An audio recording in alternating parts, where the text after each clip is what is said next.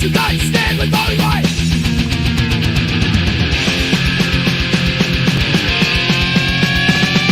In the shout, we ignite, truth to the battle, drums to night, rebels rise, hear the sound, metal echoes all around. What's up? Yeah. Metal echoes all around. Yes, it does. If you're playing it loud enough, it does. That's right. Yeah. And if you're not playing it loud enough, shame on you. Your neighbors Exactly. should be bitching. If your neighbors aren't bitching, you ain't doing it right. So That's right. Yeah. Yeah. If your music isn't echoing, then you're not playing it loud enough. Yeah. That's 100% true. yeah. Good evening, Dana. Hey, Dana, what's up, bud? And just before anybody asks, we didn't plan to wear the same hat. It just happened. No, we did not. We did not. And we're rolling with it. I'm wearing this because I've been in bed all day because it's a day after a holiday and my hair looks like shit. So I said I'm just gonna throw a hat on.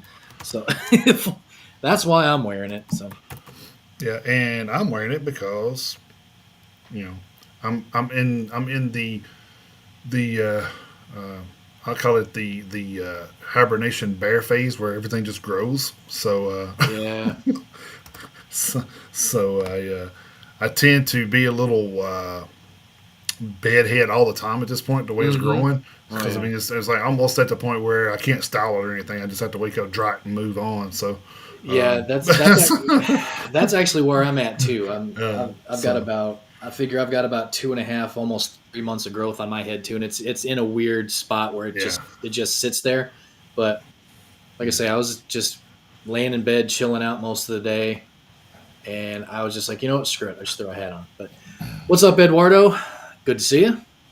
Hey, Eduardo, yeah. Thank you for joining us, and thank you to everybody else for joining us on this Black Friday here in Black Friday here in the United States.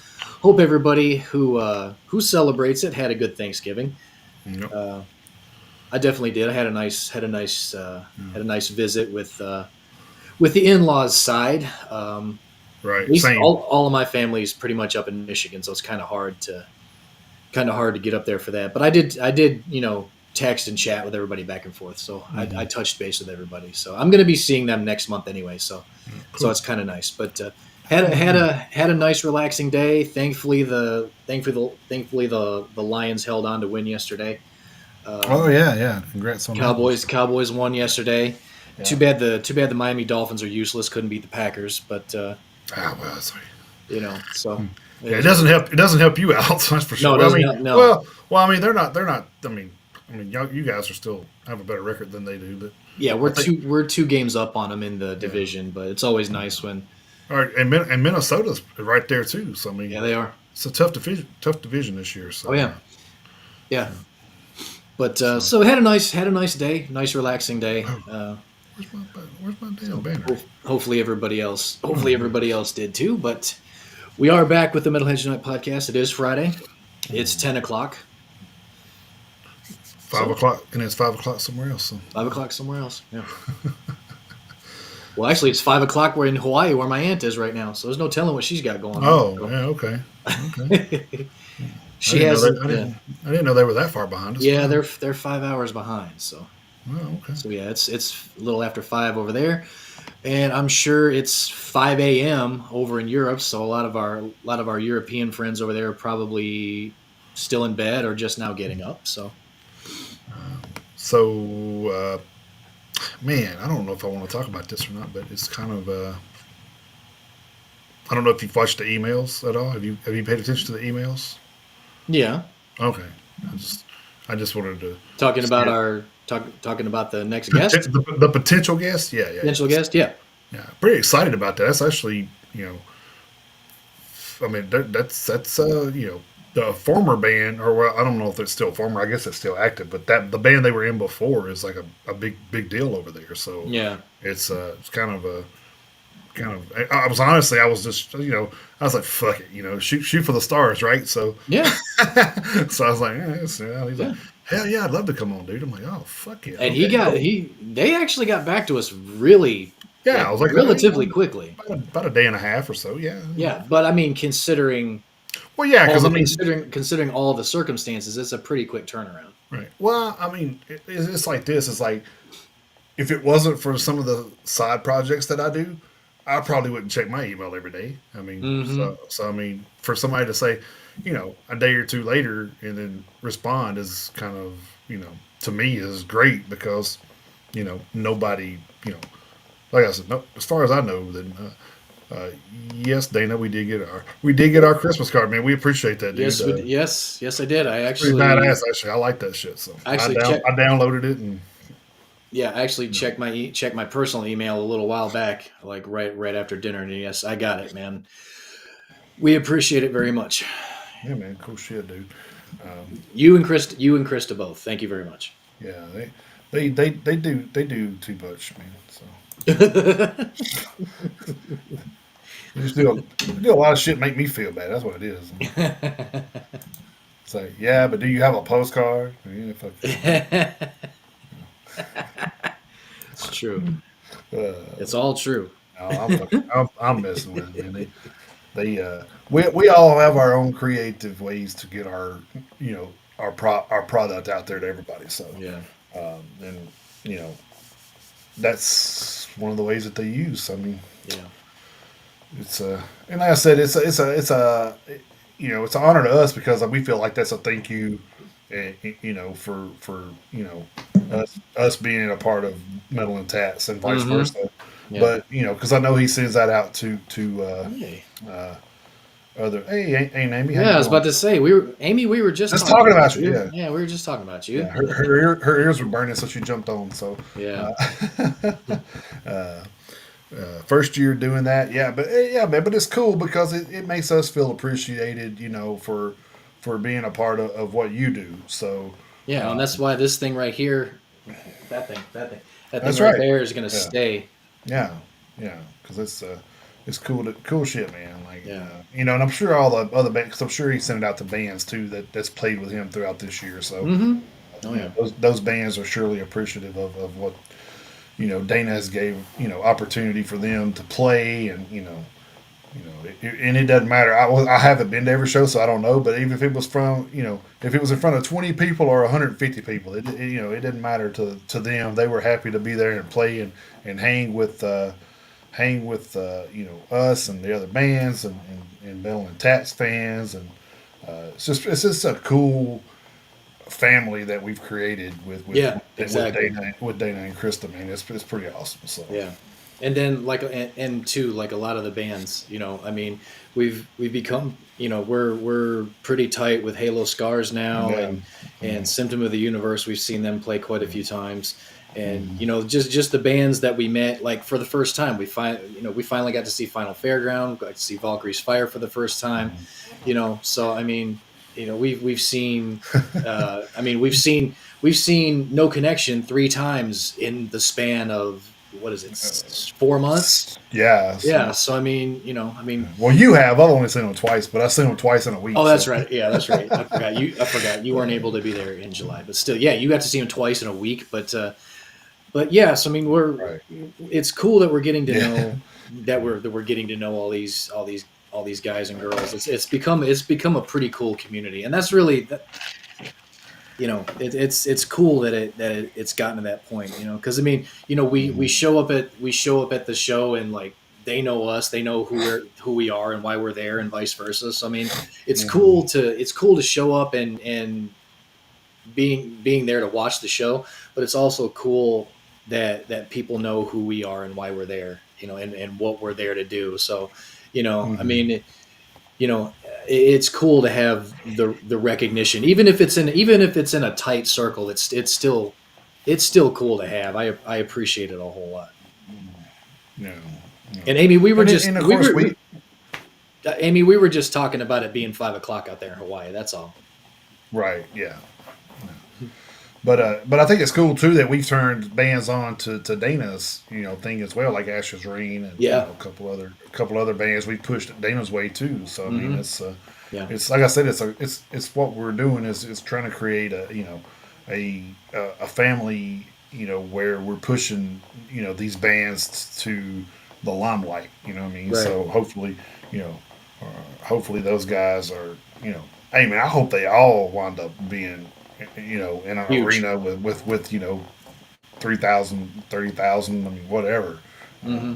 Just I just hope that, the only thing I always say is like, if you're going bigger and you can do bigger, then hey man, go for it, do bigger. Absolutely. Because Yeah. I mean, even if because I mean, if you look at Halo Scars, they've opened up for some big fucking names, man. So Yeah, they have.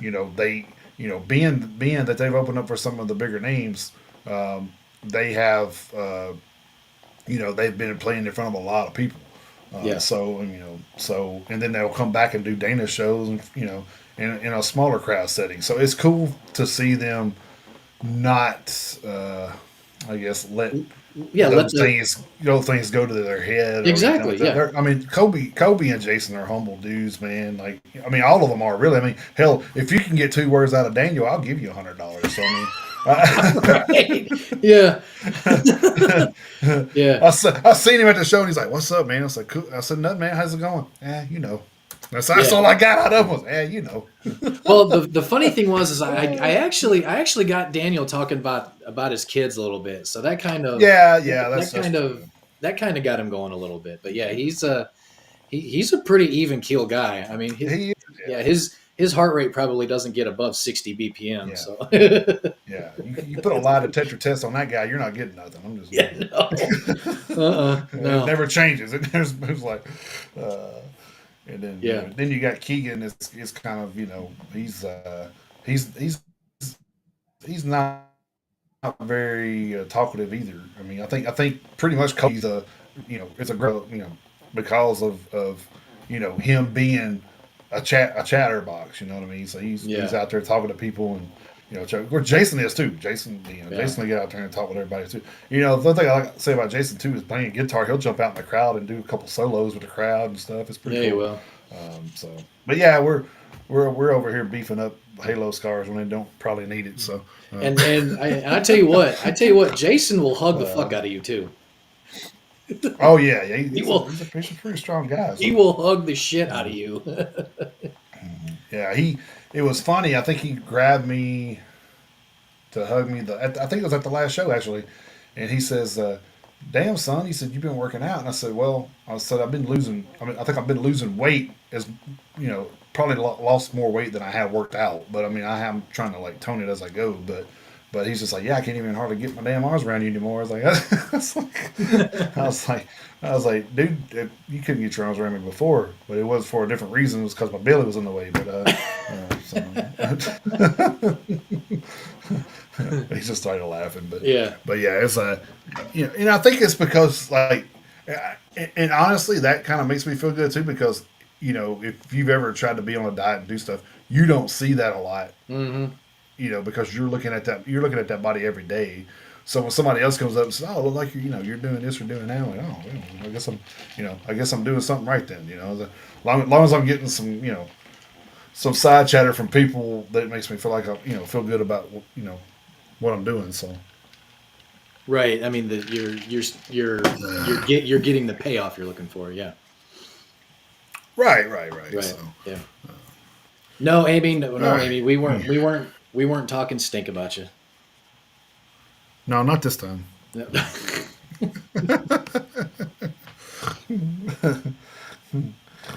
Oh man. Well, I guess we need to kick this thing off for our regularly scheduled programming here before we Yeah, we get too should. carried away. It was. So this is the thing. This is one of those weird weeks where it was kind of a slow news week, but it was kind of a news week that's going to have talking points that may Hmm. extend the show outside of what we thought it would be. Yeah. Because like sometimes we come into like weeks like this, and we're like, man, I don't know how we're going to get 2 hours out of this, but. Amy says, Yeah. I see. Chris, what's behind you? Are you in a different room or did you just change it up? So, I'm in the same room, but I took down the t-shirts that were behind me. I had a little backdrop that I kind of made behind me that had a bunch of my t-shirts, and I would just hang them up, and I would just change them up. But I got a little tapestry backdrop. Hang on a second. I got a little tapestry backdrop that Kayla gave me. It's It's like just like a skull with a bunch of mushrooms and stuff behind it. So it's a little backdrop that Kayla gave me to hang up, just kind of Yeah. change up the visual a little bit. But Yeah. so, He took all the dominatrix stuff down and all that stuff. So it's yeah, this is my, and I I mean, it changed. they used to be Angela's whipping room. So That's right. Yeah. Yeah. oh yeah. Yeah, the walls used to be red. This was the red room of pain or whatever. So, Shit. but yeah, no, same room, just a different backdrop. Honestly, I actually probably should, because we just put it right here above the chair. I should probably just take it and move it down. But that way I can get rid of the I mean, but yeah, that's Kayla gave it to me for the show. So, Oh so yeah. yeah. I don't know if anybody was on last week when I showed this, but I want to show the new stickers here. So if you guys want to check out the new stickers that we had made there, Yeah. it's pretty cool. Yeah, those are very cool. Yeah. So still working on. I haven't got you any yet, have I? I need to bring some over to your house. No, not yet. So I need to bring some over there. Actually, just got new paper and print stuff, so I need to do some more too, and business cards. I got stuff to do business cards too. So Oh, see that? No, that'd be cool. so I'm getting there. And hey, guess what, Dana? Ours has a QR code on it too. But he's gonna say, yeah, but did you have Christmas cards? No, we didn't. No, we didn't. But yeah, all right, okay, I actually would like to have business cards because I actually have run into some people, out and about, and I've like pulled up our YouTube channel on my phone and stuff. But I mean, it'd be cool to have something to hand out. Yeah. And I had somebody message us on Spotify for the first time. I don't know if you saw that. It's pretty cool. But No, I didn't. yeah. So I got you, Dana. As much free stuff as you gave me, I think I can probably swing 2 stickers. Yeah, exactly. But anyway, he's like, yeah. They actually commented on the show and said, "Hey, I was in this restaurant, and your daughter told me to check out your show." So I thought that was pretty cool. That my daughter is turning people on to us on Spotify. So there we go. Oh, that's neat. Yeah. So pretty cool. So he's following and I guess Nice. checking out some of the band interviews. So I appreciate that. so yeah. So cool stuff, man. So, Yeah, I actually started posting the playlist, our theme of the week playlist, last week. I actually decided to see what I could do about posting it at a couple of our other social media platforms, and oh yeah. and I don't know, like I posted it on TikTok, and I posted it on X, and I can't remember where else, but because I always post it on Facebook for everybody. It used to be just a member, a Facebook group member exclusive. Well, I decided to cast the net a little wider, and there was somebody who added a couple of songs that weren't that weren't metal and weren't in keeping with the theme. So unfortunately, I had to remove those. But gotcha. so unfortunately, but so I don't know if it helped to get any more eyes on it. But. So let's do this. So from now on, you put that. Well, you put a 7-day window on that. Well, I don't put a 7-day window on it, but when you add collaborators, it's like just a default. Gotcha. So what we can do is when that expires, then post it on the other stuff. So they can't really add nothing; they can just listen to it. Oh, that's a good idea. You know what? I like that. So we'll just I'll do that. So that way members only can add. That's a good idea. Because we know, because I mean honestly, if you're in our page and you're not a metalhead, thank you, but what the fuck are you doing here? Are you? What does that mean? I don't know what that means. Yeah. I have no idea what the fuck. Well, you'll have to tell us what otaku besties are. I don't. What is going on right now? I don't know, man. Oh, Uh, we can we can find out real quick though. Let's see. well, Yeah.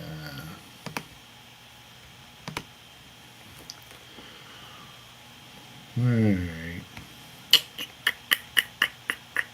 Let's see here.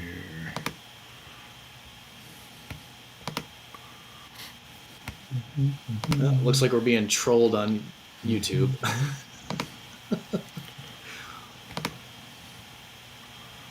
Otaku is the fan of Japanese culture. I've got nothing against Japanese culture. I like martial arts movies if that helps at all. But I mean, I really don't have a whole lot of background with it. But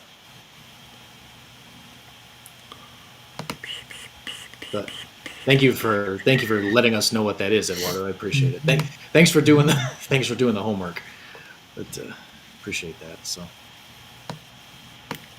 Japanese culture. Okay. yeah. Yeah. My daughter, on the other hand, she likes Japanese culture. She does. Gotcha. She really does. Gotcha. All right. All right. Well, moving into our weekly stuff here. Yep. Like I said, we'll keep you posted on the guests that we're working on as soon as we get confirmation on that. So, but moving into our normal stuff here, I guess you want to start out with the show and tell stuff again this week, or Yeah, we can do that. okay? Yeah, let's do that. So, you want to go, or you want me to go? It doesn't matter. So, I mean, I'll go ahead and go first. Okay. Let's see. This week, I brought. Now, unfortunately, I've got my ticket stubs from got my ticket stubs here from the Metallica Madly in Anger with You Oh, World nice. Tour from November 11th, 2004 at the Gaylord Entertainment Center in Nashville, which is now the Bridgestone Arena. Right. Uh, Oh man, I forgot about being called the Gaylord. That's crazy. yeah, it's been like 3 or 4 different things since it's been there. Now, if you'll notice, look at the ticket price from 20 years ago, $57.50. Because if you notice what section I was in, section 106, row triple C, seat 3, we were practically right up against the way that the show was at the time. It was one of Metallica's, quote unquote, in the round shows where the stage was set up at center ice on the hockey rink, and everyone was all the general admission people were standing basically where the hockey players would be, and then we were in the seats. So Hmm. we were basically 3 rows behind where the boards for the hockey rink would have been. So the cool thing was we were close enough to where I caught a couple of guitar picks. The black one with the Saint Anger album cover on it, I caught from Kirk Hammett, and the one with the caricature of Rob Trujillo on it, as you could guess, I caught from Rob Trujillo. So these are the guitar picks I caught at that Metallica show a little more than 20 years ago. So that's my show and tell. Like I say, unfortunately, wasn't able to get the ticket stub signed, but it's still cool. I kind of still wish, and I'm sure you can. Like if you go to the arena, I'm sure you can still get physical tickets. But Hmm. I always, I guess I just kind of appreciate having the physical tickets, just like the physical copies of music, just having a CD on hand. So still Okay. cool. Still cool to have that kind of stuff. But that's what I brought to show the class today. I got a couple things, stuff that some things it's not a surprise, but one of the things I do have is a collector's item. So, of course, this is one of the books that we have. Susie's read it all. I have not read all of this yet, but actually, I was thinking about it when I seen it. I said, "Damn, I haven't read all this shit. I need to go back and try to finish it up." But it's the Randy Blythe Dark Days Oh, book nice. there. Okay, yeah. Yeah, so it actually goes through his his jail time and all that good stuff. Earlier in the band and changing the names and all that good stuff. So Oh, yeah, yeah, yeah, yeah. good book, man. Yeah, you should really check that out if you don't have it already. And what's what's a what's a what's a Black Friday without a little Ice Nine Kills there. So this is actually one of their. So it looks like if you look at it, it looks like a VCR tape, Right. which is pretty cool. Inked in Yeah. blood. This is their book, and I think it's got a poster or something in it too. I can't remember. I'll pull it out here. So yeah, it's got a lot of shit in it. So it was like a collector's thing that I got from. I don't even remember where I bought this from. Z2 Comics, maybe. I think that's maybe where I got it from. Oh, okay. But yeah, so yeah, it comes with with a poster there. Nice. So it's pretty cool with Spencer doing Spencer things. Yeah, exactly. Yeah, 100%. 100%. Yeah. Yeah, and then there's a little Oh, cool. another poster. Yeah, it comes with a couple different posters here. So here's the last one there. So pretty cool. I think maybe Spencer drew those. No, he did. I don't know who that is, but anyway. But anyway, there is the book. That was one of, like I said, that one picture was from the cover of the book. So Nice. and the back, of course, Oh, yeah. Okay. surprisingly looks like it's horror. But yeah, it's pretty much like a comic type book. So But is a graphic novel though? yeah, it's a graphic novel. Yeah. Okay. All right. As I say, it's got like the Oh, okay. stuff in the back. So it's pretty cool. Metal Mike of Hell joining us in the chat on YouTube. Thank you for checking out the show. You seem like pretty good company too, there, bud.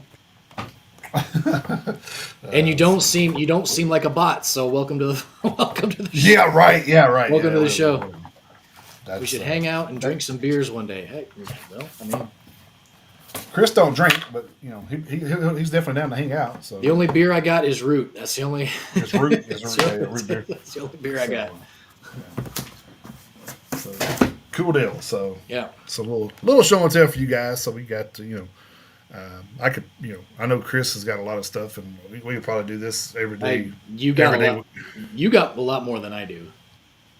Well, I mean, most of it's pops and stuff like that. So I do got a lot of posters that I might pull off the wall and show at some point. But, Well, that's a funny thing is like most of my collector's item stuff is Detroit Red Wings shit. So that's most of yeah. So that's not exactly for this show. So that's the thing. But you have more music memorabilia than I have.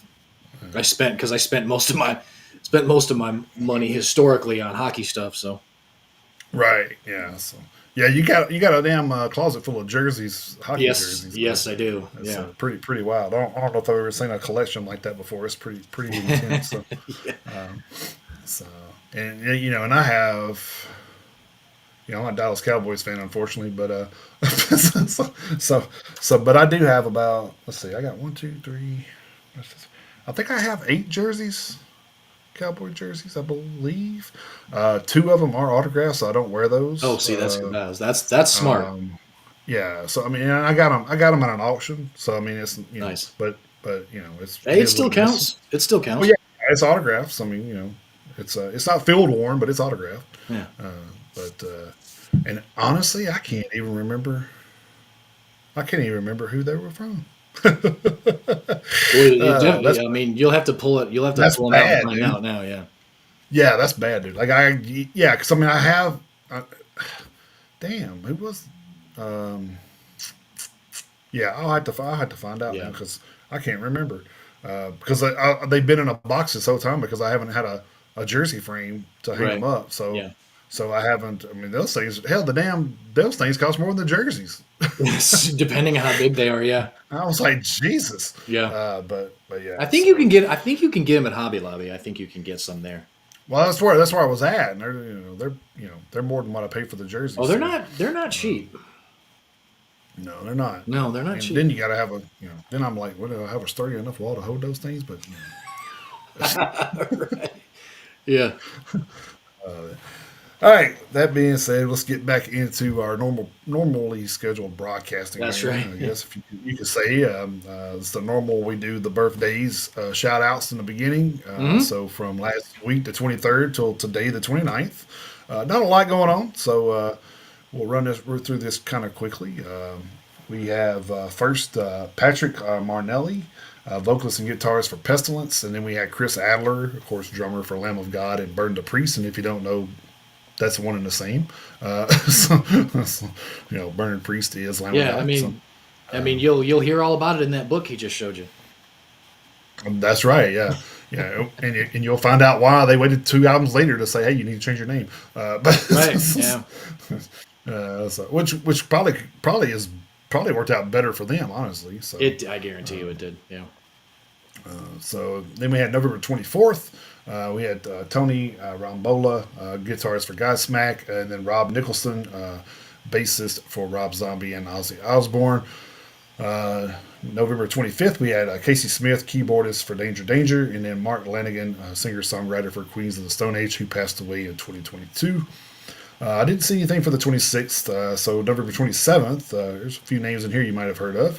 Hmm? First one being Jimi Hendrix, guitarist, of course, for his Jimi Hendrix and the Experience. Of course, he died in 1970, which is a shame because I think he Way would too young. Yeah. still be relevant today because he was ahead of his time, dude. So, could you imagine like having like some guitar what am I trying to say? Like a guitar. What am I trying to say? Shit, like a guitar festival or something like that, or a guitar camp. I guess Oh, you could say it. Yeah, a fantasy camp. yeah, Yeah. yeah, like a fantasy camp thing, and have Hendrix and Dimebag at the same fucking place, dude. No. That in like No. in like '99 or something. That would have been Right. crazy.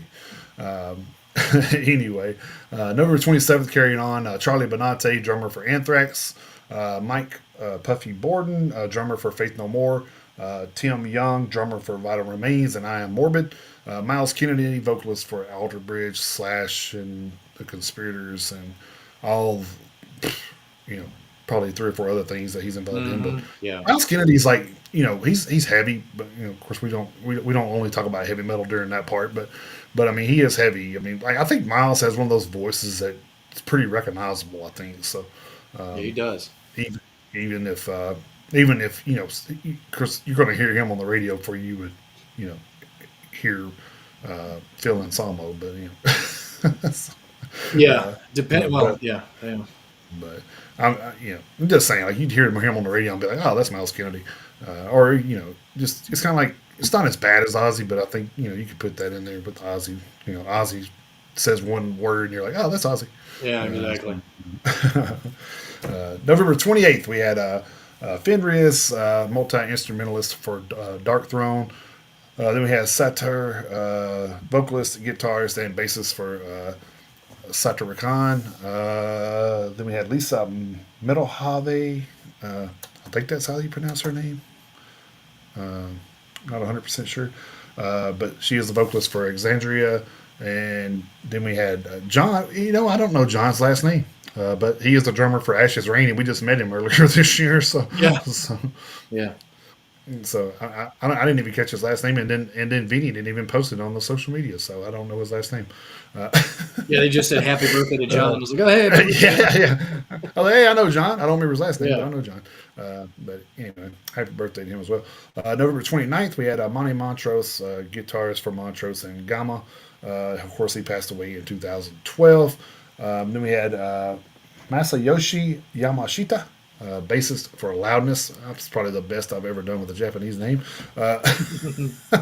Then last but not least, we had Andy LaRoque, guitarist and songwriter for King Diamond. So that was the birthday list that I had. Anything that I missed that you had, or Yeah, the only other one that I had, and I can't even remember what day it was now, if I'm being completely honest, but I do know that it was this past week. But we had Guillermo Izquierdo, lead singer from Angelus Apatrida. was that this week? I couldn't remember if that was this week Hmm. or last week. So Yeah. Okay, so it was probably on the very front end of this week because I remember It, seeing wa- it, and I I was trying to count back. I actually think it was the 23rd because I was trying to count back, and I thought it was went into last week, and then I didn't even look at last week to see. So I'll just double check that real quick because I got last week's right here. Yeah, because I remember seeing it, and like I say, I don't remember what day it was. Well, it says it was 6 days ago, so maybe it was the 23rd. It was the 23rd, yeah, because Okay. he wasn't because I think I remember typing everything out for him and Chris Adler, and then I had pulled it off because it was going into the next week. So I was like, Yeah, oh shit, that's next week. But yeah, you're right. I think it was the 23rd. Yeah, my bad. yeah. But that's And that's the then of course only. another and then of course another birthday shout out to my wife who had a That's birthday on right. the 24th. That's right. So Happy birthday to Susie. So I know we said it last week, but we didn't know what this week kind of was because we had fish. We had lines in the water, and we didn't know kind of what was going to happen with that. So Right. wanted to make sure that we got it in case something happened. So Yeah. because you can forget a lot of birthdays, but you don't forget your wife's. No, Um, no, you don't. No. Probably not a good thing. Your wife and your kids, so Yeah. so Especially my daughter. She'd definitely let me know about it if I ever missed her birthday. So. Um, yeah, All right, that will lead us into our metal news of the week. So, that's great. you know, Yep. if I wish I had a little news. No Yeah. MTV news thing. Yeah, I know. I know. All right. Well, leading off this week, we do have some bad news to pass along. Jason actually discovered this like almost not long after we went off the air last week. Yeah. Unfortunately, so the timing was a little strange. So we've had this one pretty much all week. But over at metalsucks.net, we've lost another good one. Chris Lindblad, the vocalist for the sludge metal band Admiral Angry, passed away on November 20th due to an unspecified illness. Admiral Angry was among the many keeping Southern California afloat in a metal sense back in the early 2000s when they formed. They were going strong with numerous albums under their belt, even though they were sporadic, only to break up following the death of the band's founder, Daniel Kraus, at 22. It is not yet known exactly what illness is to blame for the loss of Lindblad. Brandon Gillickbauer, an ex Admiral Angry and current Black Sheep Wall bassist, broke the news on the latter's Facebook page on Friday, November 22nd. Quote, "It is with a heavy heart that I share this past Wednesday, November 20th, 2024, we learned of the passing of Christopher Patrick Lindblad, beloved son, brother, bandmate, and friend. I've always been inspired by Chris, looked up to him, admired him. My first conversation with Chris was on the last day of a middle school trip to Washington, standing in line for the Alpengeist at Busch Gardens. Chris gave me a compliment. It was the first time we ever spoke to each other. At that moment, I remember thinking, Chris is really cool. Why is he talking to me? I really wish he was my friend and that he was that and that he thought I was cool. 2 years later, my wish came true. Chris was the first member of Admiral Angry that Daniel and I recruited, and that gave me the opportunity to not only grow an incredible friendship with Chris, but to create art with him as well. I am forever grateful for that opportunity." End quote. In efforts to help Lindblad's family deal with all the unnecessarily expensive costs, Black Sheep Wall has dropped a benefit tee featuring artwork drawn by Kraus. As Gellickbauer puts it, quote, "This shirt release is done with the blessing of his family, and the proceeds from the sales will be used for funeral costs and additional expenses. This will be a 3-week open pre-order closing December 15th and shipping in the new year," end quote. So you can support Lindblad's family by getting the t-shirt here, and there is a hyperlink in the story. So not exactly sure how old Chris was. Doesn't say in the story, and also as it mentioned in the story, not exactly sure what the cause of death was. But judging by the picture, I would say he's probably right around our age, maybe a little younger. I'm not real sure, Yeah. but Yeah, definitely probably early 40s or so. Yeah. yeah, but I would say definitely taken way too young. So Too young. Yeah, definitely too yeah. young. So, it was talking about Miles County earlier, and Dana actually pointed out he was also in the movie Rockstar, which I forgot about. Yes, he I was. remember, I remember Michael Starr being in there, but Hmm. I forgot about Miles Kennedy also. Yeah, Yeah, and there was a Mike lot of and people in that. yeah, and the funny thing is Michael Starr was one of those if you didn't like. you blink and you miss it kind of things. So I mean, Right. Yeah. Yeah. Because he he was was coming in out of it. the recording thing, and Yeah, yeah. so he was in it. But yeah, if you weren't paying attention, you could have missed it. But All right, my next one over at Metal Hammer. Motorhead legend Lemmy may have left us almost 9 years ago, but his ashes continue to make headlines. In August, a convoy of 55 Harley Davidson motorbikes delivered a bus containing some of his cremated remains to Nottingham's Rock City, where they're now on display. And now, iconic London strip club Stringfellows, set up by the late Peter Stringfellow in 1980, is to play permanent host to some more. The ashes will reach their final resting place at the venue on December 18th, where they'll be kept in an urn shaped like Lemmy's trademark cavalry hat. Their arrival will be celebrated in a ceremony attended by Motorhead guitarist Phil Campbell. 2016, the Hollywood Times asked Lemmy where he enjoyed spending time when he wasn't on tour. Stringfellows in London, he responded. It's a high end strip club. There's a big welcome there always. I've known the owner, Peter, since 1964. That always helps, knowing the owner, right? yes, Stringfellows always held a special place in Lemmy's heart, says Motorhead manager Todd Singerman. He loved the rock and roll spirit Peter brought to the club. He loved the relaxed environment, and he certainly loved the view. I know he's relieved he can't get back to enjoying one of his favorite places on the planet. Lemmy's ashes have also been scattered at the German metal festival Wacken Open Air, and some were enshrined at the Rainbow Bar and Grill in Los Angeles earlier this year. In addition, the ashes held at Rock City will be displayed at the nearby Bloodstock Festival annually. So there you go. Lemmy's still making rounds and has been gone a long time. yes, so. he is. Yeah, He's had nine world tours and hadn't been here. So right. His remains are seeing more of the world than I ever will. So right, yeah, it's crazy. But yeah, I mean, it's not surprising when I read this. I was like, man, that's no, hell no. not surprising to me with Lemmy. I mean, he was the epitome of a rock star, man. He sex, drugs, and rock and roll was his life, man. That's right. He definitely lived it. Yeah, man. You talk about living life to the fullest. That guy did it. Oh yeah. I would say the epitome of the saying.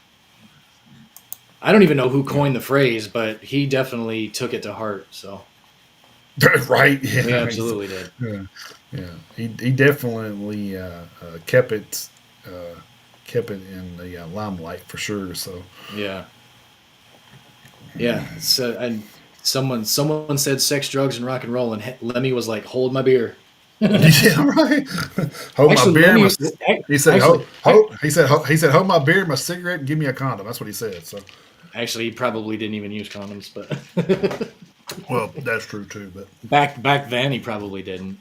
So well, I mean, he wouldn't have been the only one, but that. Well, no. All right, moving over to the PRP for my next one. Ingested have announced their decision to part ways with their vocalist Jason Evans. In a statement issued on November 25th, the UK death metal band offered the following of their change in personnel. Quote, band statement, vocalist departure.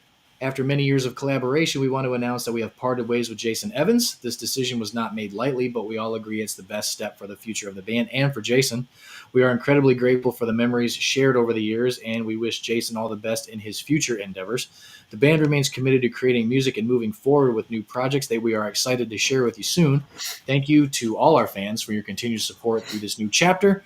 Ingested, end quote. In a separate video statement, Evans himself offered, quote, after 18 years, I am no longer the vocalist of Ingested. It feels pretty weird to say that because it's been most of my life, but I just want to thank all of my family and friends for their unending support, all the friends that I've made through touring over the years, and most importantly, all the fans for making all this happen. This isn't the end for me. I'm happy, I'm healthy, I'm surrounded by people I love. I'm excited to find out what the next chapter in my life's going to be. I'm proud of everything that I've achieved over the past 2 decades. That music's always going to be there, end quote. So short, sweet, and pretty much to the point on both ends, on the band's end and on Jason's end. I guess all's well that ends well, and it sounds like at least it sounds like it was amicable. Which I guess if a band has to make a lineup change like that, that's really the way you want to have it happen. When everyone can be like, okay, and who even knows what the reason was behind it? Because all they said was, they just all agreed that it was best for Jason and what's best for the band. Kind of honestly, kind of boilerplate stuff. Mm-hmm. Kind of a vague explanation or whatever, but.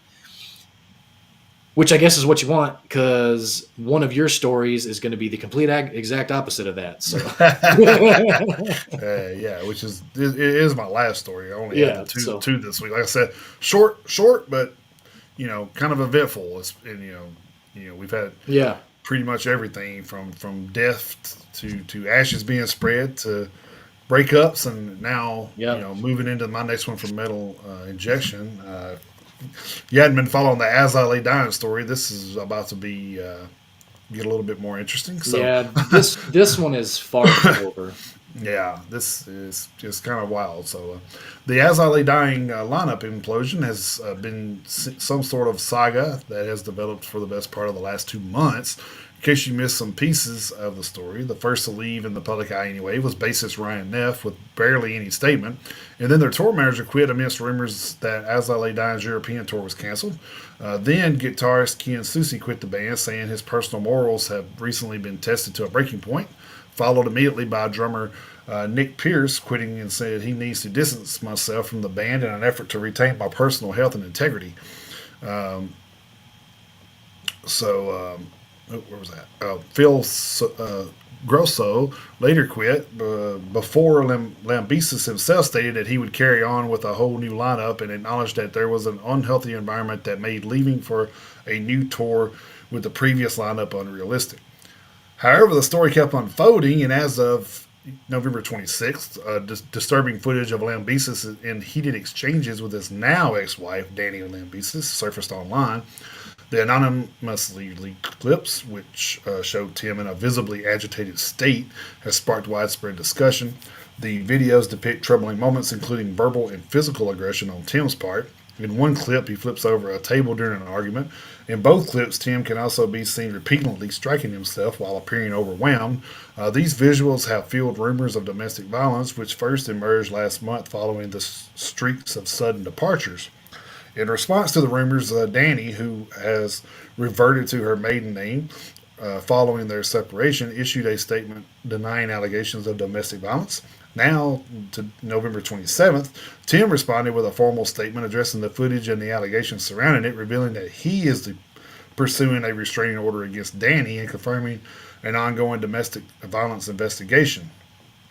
Uh, Tim alleges years of abuse by Danny and stated he filed for divorce this week. He also attributed his physical outbursts in the leaked footage to what he described as anxiety-filled reactions. This is his statement below us. Let's see here. As follows, quote, there is currently a restraining order and a domestic violence investigation being filed against Danny Norris, formerly Lambesis. Anything she is saying now is to distract people away from that to instead focus on my own inappropriate but not illegal reactions to these anxiety-induced interactions. This woman assaulted me and verbally, mentally abused me over the last 3 years. I took the much-needed and overdue step to leave her yesterday by delivering divorce papers. That is the reason there have been attempts at retaliation toward me online today that pale in comparison to what will really be on the focus in the courts. The following evidence are part of the case: multiple videos of her assaulting me, videos of her chasing me around the house with a knife or scissors, video of her insisting that I delete all her other accounts of her personally assaulting me under threat of her knocking me out with a weapon held over my head, photos of a black eye she gave me with witness accounts of the event, witness accounts of me being threatened if I try to leave, even temporarily. I'm certain she will counter by trying to expose any anxiety-filled reactions and defenses, but please remember that reacting in a panic by hurting myself is far different than what I've listed above. The timing of these public attacks online is because I served her with divorce papers after many days of her pleading for me not to stay, while also flipping back and forth to attempting to exert abusive control. This is blatantly a retaliation for me finally leaving a relationship I should have run from a long time ago. The volatile dynamics between Tim and Danny appear to have contributed to the mass exodus of Tim's As I Lay Dying bandmates. Their exit statements hinted at conflicts over personal ethics and integrity, with many citing experiences within the band as a breaking point. The turmoil has even extended to Australian Death Machine, another project of Tim's. The latest controversy adds to an already checkered history for Tim Lambesis. If you don't know, he's served some jail time for for excuse me for I forget what the actual charges were. Was it hiring to attempt murder his ex or something like that? He was an accomplice, I guess, or he was trying to hire a hitman to take out his wife at the time. Right. The quote unquote hitman that he hired was an undercover cop.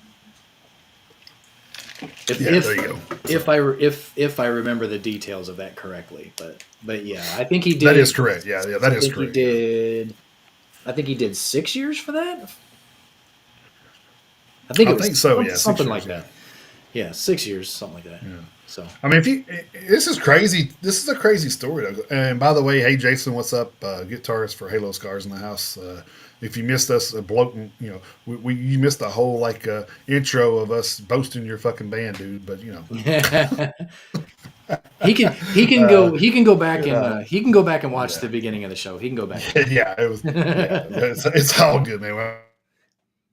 Yeah, man, but it's good to see it. Thank you for. I'm crazy because when I was reading this, it reminded me of the Johnny Hawkins from Nothing More story a little bit until I got to certain points, because of course Johnny Hawkins has been proven innocent by many witnesses that said he was in an abusive relationship, that they would get to drinking and chick would get really abusive. So it got to where the band was like, yeah, we wouldn't even if she was at a party, we would just stay clear of them two because she would wind up overdoing it and starting a bunch of shit. So it was, which is different from this, because this is kind of like showing videos of you don't know what's going on. So he says he has eyewitness accounts. Do we know? No, because nobody's really posted anything or said anything online saying that they were there. Or any stories backing anything he's saying. So it's kind of a he said, she said to me at this point. Well, I mean, like I said, this shit's far from over with these two. Yeah. And it sounds like it's going to get ugly before all is said and done. But what I was saying is I could see where the band members would leave if she was doing that, because that was kind of the same thing that a lot of the bandmates and Nothing More were talking about. Said, dude, we just couldn't stand to see our brother in that situation. It was hard, Yeah. So, I mean, maybe that's kind of the same thing going on here. Who knows? But I mean, Tim's a big dude. So, I mean, he is. But at the same time, I mean, it's. I don't know. It gets very, very. But to give him a black eye and not any retaliation, that's. Well, I mean, it's not outside the realm of possibility, especially with the way things are nowadays. I mean, I don't know, man. It's gonna get very, very ugly before all is said and done. Now, this may go on as long as Marilyn Manson's sexual harassment cases. I mean, who knows? So. It could. It very well could. Oh, well, I mean, since you brought it up, apparently Marilyn Manson dropped his case against Evan Rachel Wood, and I guess he agreed to pay her legal fees or some shit. So apparently, I guess all that shit is considered settled now. So yeah. So. And I didn't even I had completely forgotten about that until you even said his name. I remembered seeing something about it, but I had that in my headlines. So okay, sorry. All right, I got two more. This next one's real quick, but this was kind of a strange one. Over at metaladdicts.com, and this was at a couple of other outlets, but this is where I saw it first. U.S. Customs and Border Protection officers and import specialists at the Los Angeles Long Beach Seaport, working alongside U.S. Homeland Security investigations agents, Los Angeles County Sheriff's investigators, and Gibson representatives announced the seizure of more than 3,000 counterfeit Gibson guitars. if authentic, the guitars would have carried an MSRP totaling $18,742,820. The counterfeit guitars are becoming harder to distinguish from the originals. Fortunately, both the manufacturers and law enforcement agencies remain vigilant in their efforts to stop the sale of these forgeries. Cheryl M. Davies, CBP Director of Field Operations in LA, said in a statement, quote, "These fraudulent guitars may look and feel legitimate for unsuspecting consumers, buying them from third-party online sources, street markets, unauthorized retailers, and person-to-person transactions. As we approach the busy holiday shopping season, consumers should pay attention on where they are buying these goods and how much they are paying, and if it's too good to be true, it probably is. Intellectual property theft is not a victimless crime. Victims are American consumers, businesses, trademark holders, and people who manufacture and sell legitimate products. Often the illicit proceeds resulting from the sale of counterfeit or unlicensed products are funneled back to support a broad range of illegal activities," end quote. That was from the LA Deputy Special Agent in Charge, John Pasquiucho. So, and then there's a YouTube video inset in the story that goes into a little bit more detail about it. Almost $20 million worth of guitars if they would have been authentic. So, I mean, that's a hell of a lot of fraud. That is a big time amount of fraud. Because whoever it was who was trying to get those into the country, they were going to try to get the MSRP value of those guitars. They were. Oh, yeah. And especially since like some of the guitars, it just the guitars in the picture. I mean, one of them is a Zakk Wylde Bullseye. One of them was the Zakk Wylde Bullseye. You know, that guitar, that design that he has. So, and let's see, 1, 2, 3, 4, 5, 6, 7, 8, 9. There's, in just the picture in the story, there's 10 guitars in the picture. So there's another 2,990 guitars on top of that. So actually, it says it's more than 3,000. I'm sorry. So that's even worse. But yeah. So I mean, so I'm glad that they were able to. I'm glad they were able to get that done.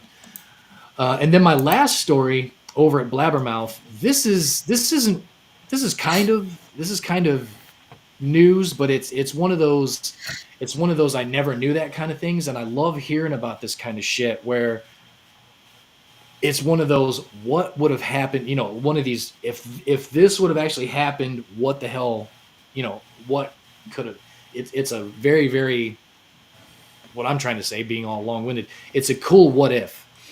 So over at blabbermouth.net, in a new interview with Reckless Rex Ruger of Podscum, Vinny LaBella, founding guitarist of New Orleans-based thrash metal pioneers Exhorder, cited by many as the originators of the riff-heavy power groove approach, popularized by Pantera, spoke about his former band's supposed influence on Pantera's decision to move from a power metal act to a more aggressive form of thrash.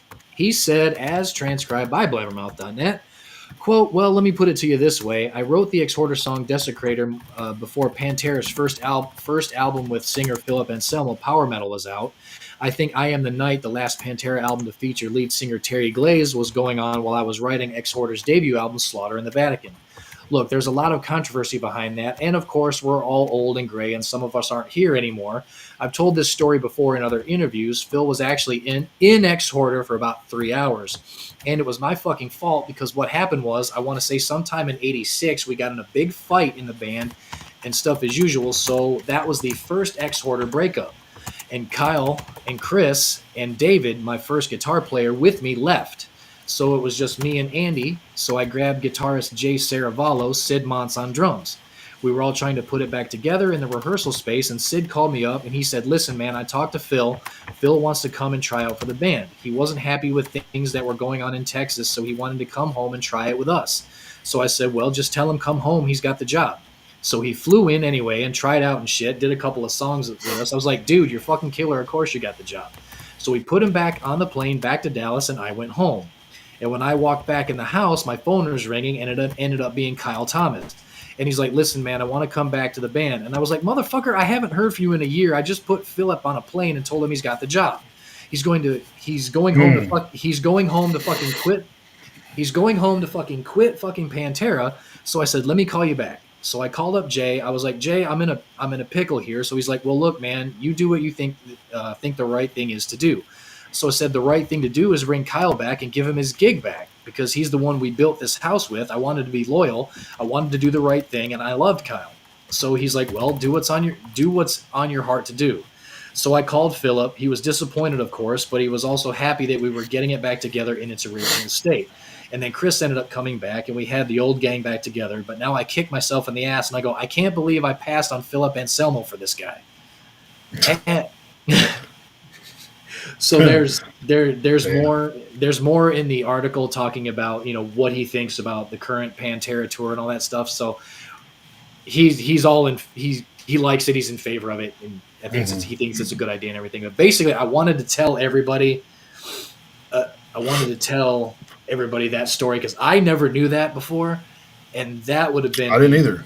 I never knew that Phil was unhappy with Pantera and that he was looking to quit. I never knew any of that shit. So when I read that, I was like, oh my God, if Phil would have left Pantera for Exhorder, I mean, that's a big time. We may be talking about a different Exhorder right now. So yeah, we very, very well could be. And a different Pantera as far as that goes. Yeah. I mean, yeah. Were those the Trump Gibson guitars? I don't know. Well, I don't know what the hell. I have no idea. Making guitars great again? I don't know. Yeah, I don't know. That's MAGA, right? Make all guitars great again. Oh. Yeah. So yeah, I thought that was a very interesting story that Philip Anselmo basically quit Pantera and was in Exhorder for about 3 hours. Yeah, 3 hours. I wonder my question is if he got the job in Exhorder and went back to Texas, I wonder if he told the guys in Pantera that he was leaving the band and got another job. That's what I would like to know. Because the guys in Exhorder were like, yeah, you got the job, man, you're in. And he went back to Texas. Wow. So I wonder. That's crazy. I would like to know what happened, because obviously we all know that he stayed in Pantera, and Pantera got huge. Correct. Yeah. So I wonder how far. I wonder how far he actually got. Talking about Phil, I wonder how far he actually got with that before he got the phone call from Exhorder saying, "Man, sorry, but they're coming back." So yeah. So that's actually kind of that's a lingering question that I would like to know. Yeah, I wonder if Exhorder ever has second guesses about doing that. I don't know. Don't know. I mean, obviously it's worked out for everybody. It has. But it's kind of one of those things where I think a musician is just talented enough they're going to overcome, and you're going to know who they are at some point. I mean, that's just just the way it seems to always work. So. Newsmax had a story earlier this week about Gibson putting a cease and desist on Trump guitars. I've never knew Trump had guitars. So. No, I didn't know that either. Interesting. And so to answer your question, I don't think that's the case because the Border Patrol and Customs, the Border Patrol and Customs people they had seized those guitars trying to be smuggled into the country. So I don't think one has to do with the other. But. I thought they just recalled the ones for that. I thought they just recalled the Trump guitars because they didn't have a bridge. I'm just kidding. I have no idea. I'm just joking. I have no idea. Oh man. Not a clue. But yeah, that was all the stories I had. All right, other headlines. Former Dio and Whitesnake guitarist Doug Aldrich offers positive update on cancer treatment and recovery. I hope everything is still going positive with that. Thought cancer, by the way. We always say that on here because, I mean, it's true. Like, I don't know what else to tell you. And then, me being having my pharmacy background, I will bow out right now, or we'll be here all fucking night about that. So, Yeah. guitarist Orianthe is to fill in for Nita Strauss on upcoming Alice Cooper tour dates. That's going to be interesting. Yeah. Good luck with that, filling that shoe. Just saying. Marilyn Manson drops defamation suit against Evan Rachel Wood and agrees Yeah. to pay $327,000 in her attorney fees. Oh, that was the amount. Yeah. Yeah, and then Yeah. Whitechapel drops off the Latin American tour dates while Phil Bozeman focuses on mental health. So hopefully, Phil gets the much needed rest and gets himself back straight so he can continue on doing everything. But man, it's just I think the biggest thing with a lot of these bands, like Whitechapel, has seemed like they have been going like 4 years straight or something. Dude, Right. With, Yeah. I mean, like sometimes you got to take a break, man. All right, thanks, Dana, man. Have a good Yeah. one. Take care, I, was, bud. I leave right before right before I was going to call you out on this story, but whatever. Uh, so this one actually I was going to say something to Dana about because I didn't know if he was aware that Sabotage was actually reunited. But drummer Steve Doc.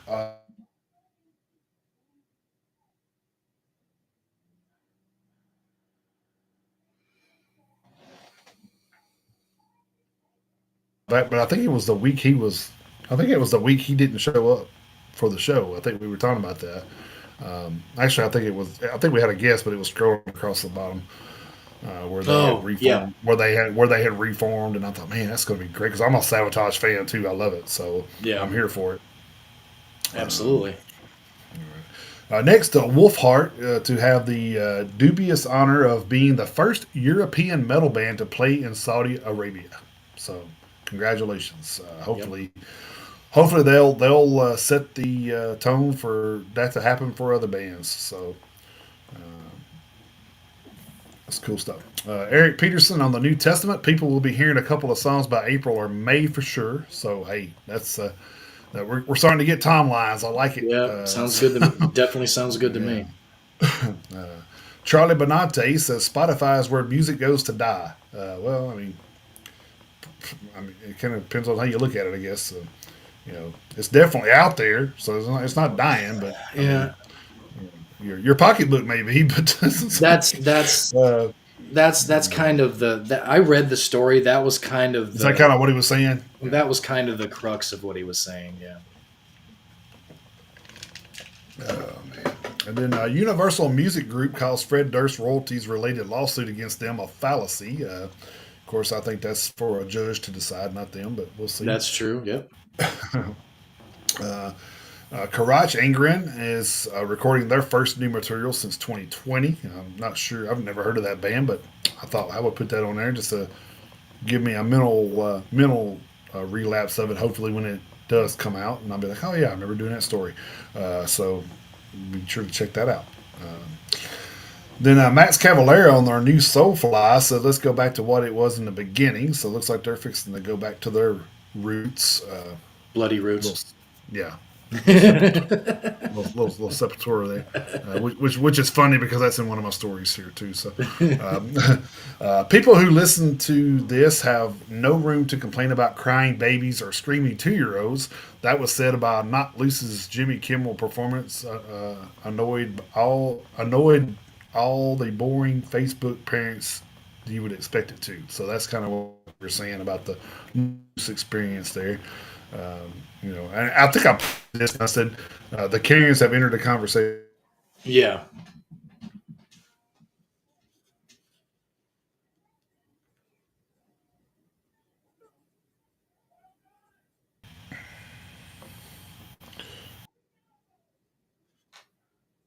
Mm.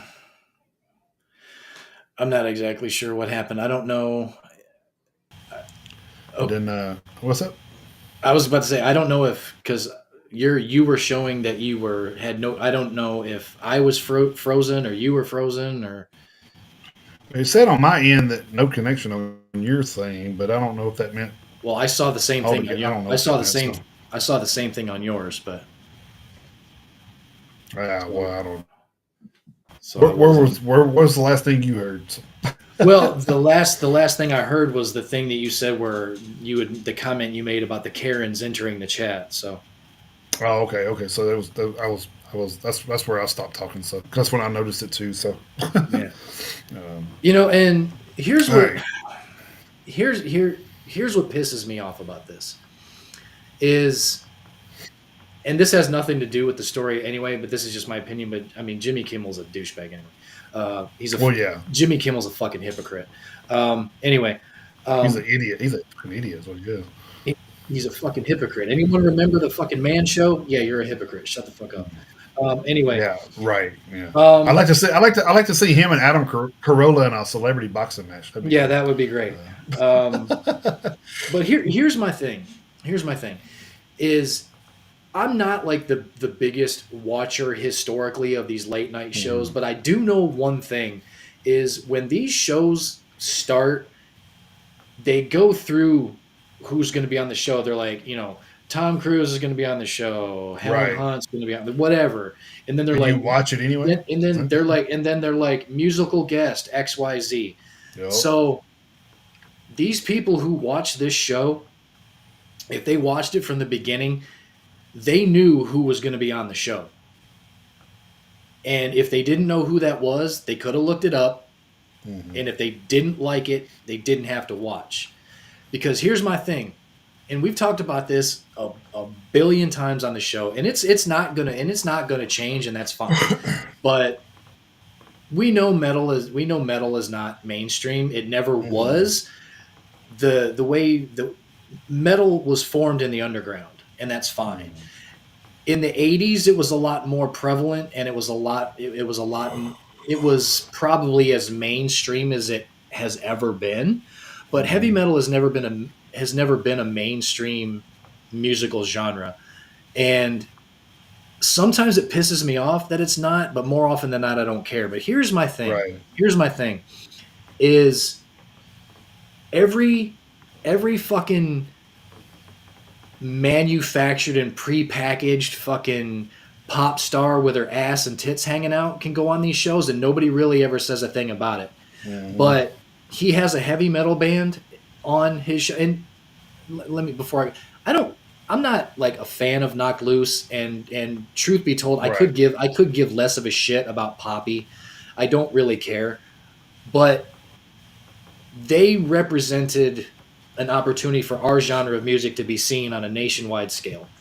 So anytime that happens, I'm there for it. Not necessarily like what Susie said on Facebook. Her response, kind of the same thing. I'm not a fan of theirs, but people are, and they're heavy metal fans. They're a heavy metal band, so I'm all for them. I'm all for them and our genre of music getting exposure. What pissed me off more than anything was, I don't know if you read the comment, and I don't know it word for word off the top of my head. I could probably pull it up and read it, but somebody made the comment, and I guarantee you this was a white woman, because it was a goddamn white woman comment if I ever heard one. This fucking this bitch, and I'm gonna say it that way because anyone who, oh god, it pissed it oh god, it fucking pissed me off. Anyway, and I'm probably not getting this correctly verbatim, but anyway, this comment was, I was watching the show with my son who was an adolescent, and and there's no way this wasn't a woman, and she put adolescent in all caps. An adolescent is like Oh my God. 12 to 14 years old, and Right. Right. this person said that they were watching the show with their adolescent son, and after the fourth or fifth junt, whatever the fuck that means, probably like, and that's what I'm guessing. Apparently, this kid got scared and cried. The fuck are we even talking about here? Okay, first of all, like I said at the beginning, if you were watching the show with one of your kids and you were watching it from the beginning, you knew who was going to be on the show.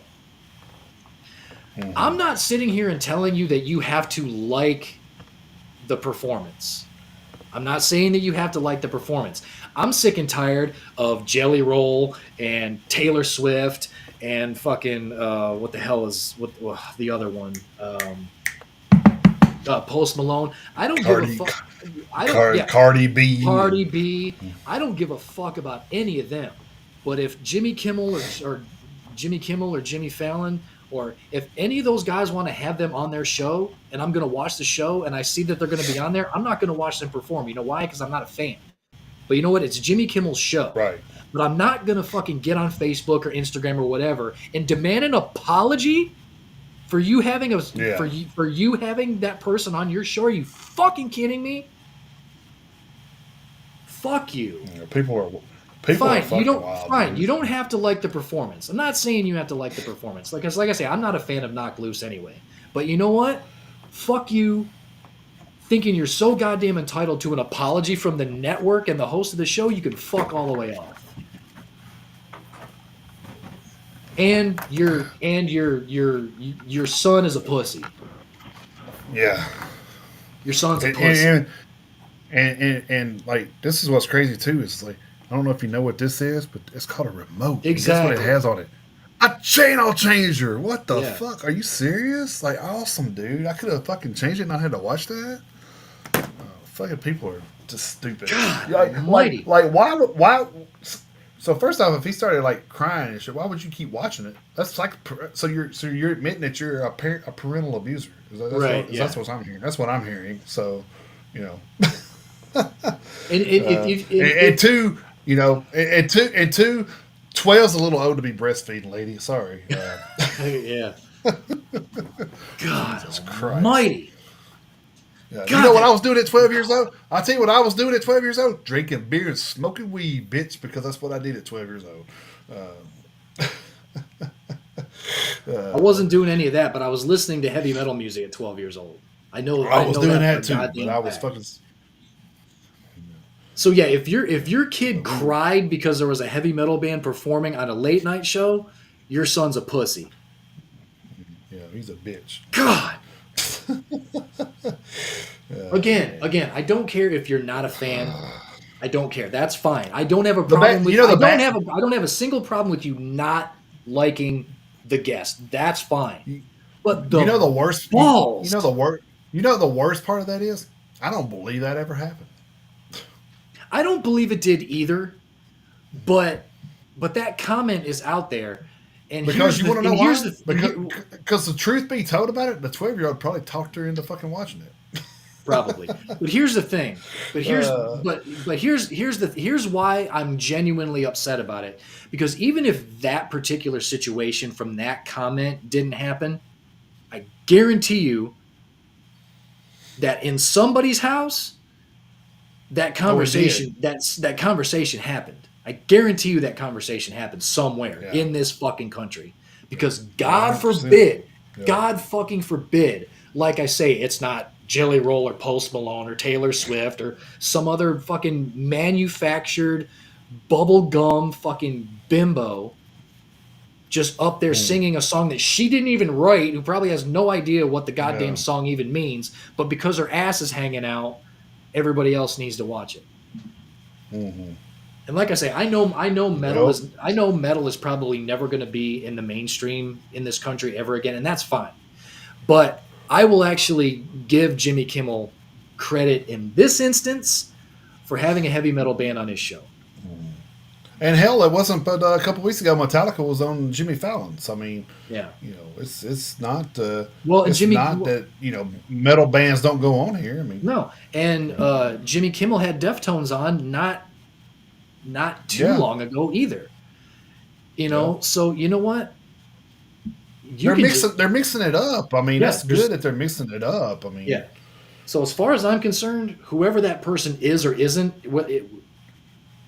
if anybody out there who feels the way that person does, whether that person from that comment is real or fake, if you feel like you're owed an apology from a network or the host of a late night show or the musical guest they have on, good luck. Good luck. You can fuck off. And I hope Jimmy Kimmel doesn't do it. I don't like Jimmy Kimmel, but I hope he doesn't do it. Do not apologize. Do not apologize for having I a heavy metal band on your show. unless the network forces him to, he probably won't. I mean, I wouldn't. I mean, and actually, it probably wasn't even his choice. He probably fucking. I mean, who puts these people on? He's just the host. You know what I mean? It's not. He's not the producer. He's not. He don't own the fucking show. The network owns the show, so the network chooses this stuff.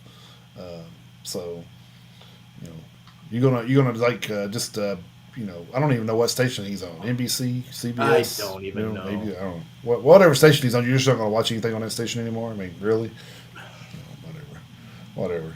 Your punk ass ain't fixing to miss no damn Grey's Anatomy and shit. Shut up. Right. I get so fucking sick and tired of. Well, it's like you know, something like that happens, and then people think, oh well, you owe me. I owe you shit. Don't you owe you watch a goddamn it's thing. like, what the fuck? No, don't owe you that was shit. You made that choice. It wasn't forced upon you. I mean, no, it wasn't. Oh my god, people are wild, man. It's like if your kid was crying, he had 2 legs. He should have left the fucking room. Like when he heard something he didn't like, he's got 2 legs. He could have got up and walked away. Shit. I just get so irritated by that. God, I get so irritated by that. You don't have to like it. That's fine. You have free will to listen to or not listen to whatever you want. That's absolutely fine. That is not my problem. My problem is you thinking like Jason, like you said, like somebody owes you something, or you feel like just because you feel some kind of way that nobody else should be able to experience something. And I don't care. I don't care what it is. Even if it's something I don't like, I don't participate. I don't listen to shit I don't like to listen to. I don't watch shit I don't like to watch. I don't read shit I don't like to read. You know, I mean, like that commenter earlier in the show said we should get together and drink beer. I'll get together. I'm not drinking beer. You know why? Because I don't drink alcohol. I don't do that. I think that wound up. I think the bad thing was that wound up being a bot too. I think it ended up being a bot too. But I mean, it's still. After you said that, I'm like, wow. Yeah, it's still an example of, you know what? Do it or do not. There is no try. I don't give a fuck. Yeah. I'm God, that just pissed me. I'm still irritated about it. And what's so stupid about that stuff too is earlier is like you had 3 bots and they all like comment on the show, so he just promotes us. So thank you. That's true. I mean, I don't know what you were trying to do, but I'm sure that wasn't that. No, but anyway, clicks are clicks. You know, clicks are clicks. That's right. You know, negative, positive, whatever. It's a click. Yeah. So I guess at this point I'll just leave it at that. But I mean, I had to vent about that because these. And like I say, more often than not, it's some white woman who's clutching her pearls, and it's just. Hey, there's people down here playing heavy metal.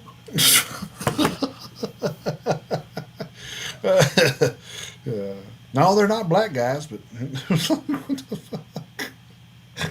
oh my god. It's like they're talking about the woman in the park, talking about the black guys playing music. Yeah.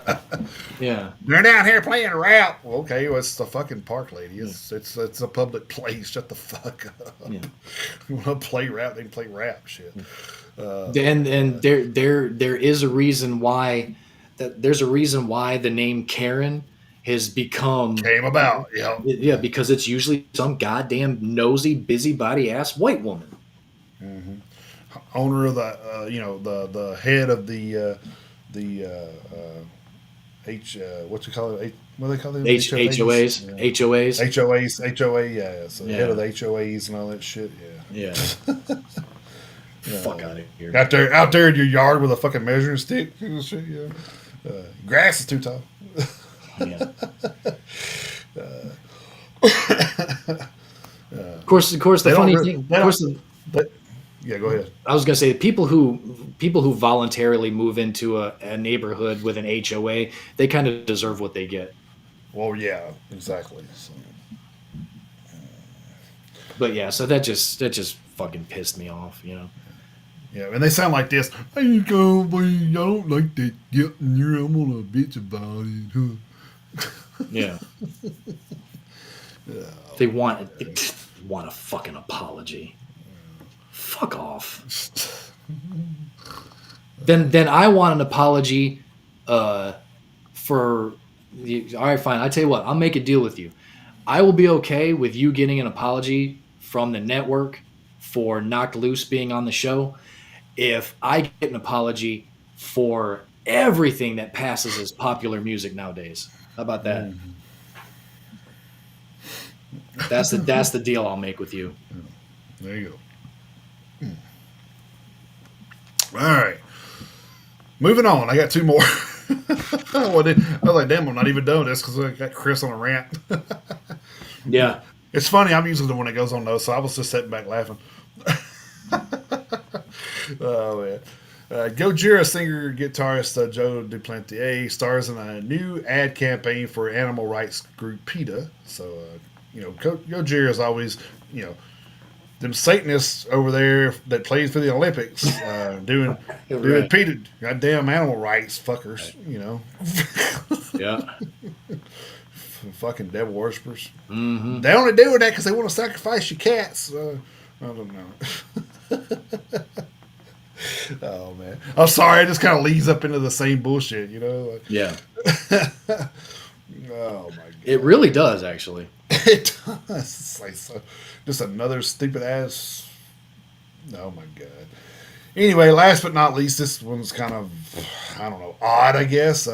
Andreas Kisser says Cavalera Brothers re-recording Sepultura albums is disrespectful, which these latest comments are particularly interesting given the fact that it was Kisser that said he'd love for the Cavalera Brothers to jam with Sepultura before they hang it up for good. So, yep. Yeah. Okay, I like you, but I don't fucking know. Who knows what Andreas is doing? I don't know, but whatever. It's kind of strange, but. Yeah, that's a weird one. But. All right, that was all of my headlines there. Unless I missed. Oh, I did miss one. You posted one earlier today about Megadeth, right? Yeah, they've apparently entered the studio. Starting to record the next album. Which Jesus Christ, if that comes out next year too at some point, oh holy fuck, dude! I know. How the fuck are we gonna distinguish between a Megadeth album, a Testament album, a potential Death Angel album, Exodus. an Exodus album, an Anthrax album? Oh my God! I don't know. Killswitch Engage. Fuck. Potentially Machine Head. I mean, I don't know, man. Jesus Christ! I thought this year was going to be hard. I mean, this stuff gets harder every fucking year. It does get more difficult every year. Jesus Christ, man! Like just thinking about this, making my head hurt right now. A little bit, yeah. Oh man! Yeah. All right, we will get into hitting the road. I have one announcement, okay. and I'll let Chris take it away with the recent stuff. But the highly anticipated return of Sick New World, originally scheduled for April 12, 2025 in Las Vegas, has officially been canceled. Yeah. The festival's organizers shared the disappointing news, citing insurmountable unforeseen circumstances that have made next year's event impossible to execute. Quote, it is with great disappointment that we announce that Sick New World will no longer take place in Las Vegas on April 12, 2025. Despite our best efforts, we've encountered unforeseen circumstances that we are unable to overcome for next year's show. We extend our heartfelt thanks to all the dedicated Sick New World fans who made plans to join us for another cultural celebration of hard rock, goth, alternative, and heavy music. Please stay tuned for further and future information regarding Sick New World, end quote. Tickets purchased directly from Front Gate Tickets will be automatically refunded to the original method of payment in as little as 30 days. So that's another festival that's biting the dust, looks like. So, I mean, it seems like festivals are getting harder and harder to put on, man. Yeah. Well, I mean... Unless you're Danny Wimmer, I don't think you've got it figured out. I mean, that's... Yeah. Well, I mean, he's the funny thing is DWP at this point has a good reputation, Right.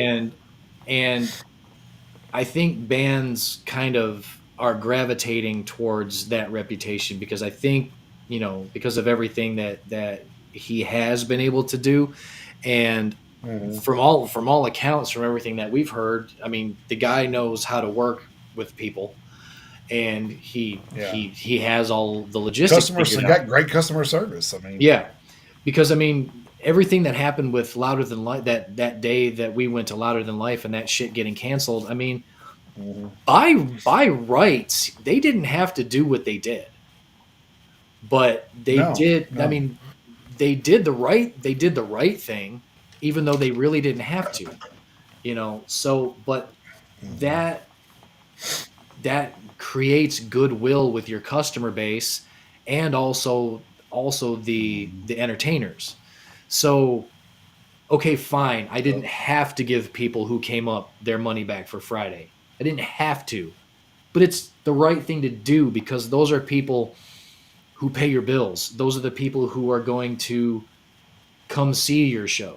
Those are the people who are going to come see the artist that you've booked. So you're going to be able to pay those artists, and especially, Well, I I mean, mean, this day and these age, with social media, word of mouth travels fast.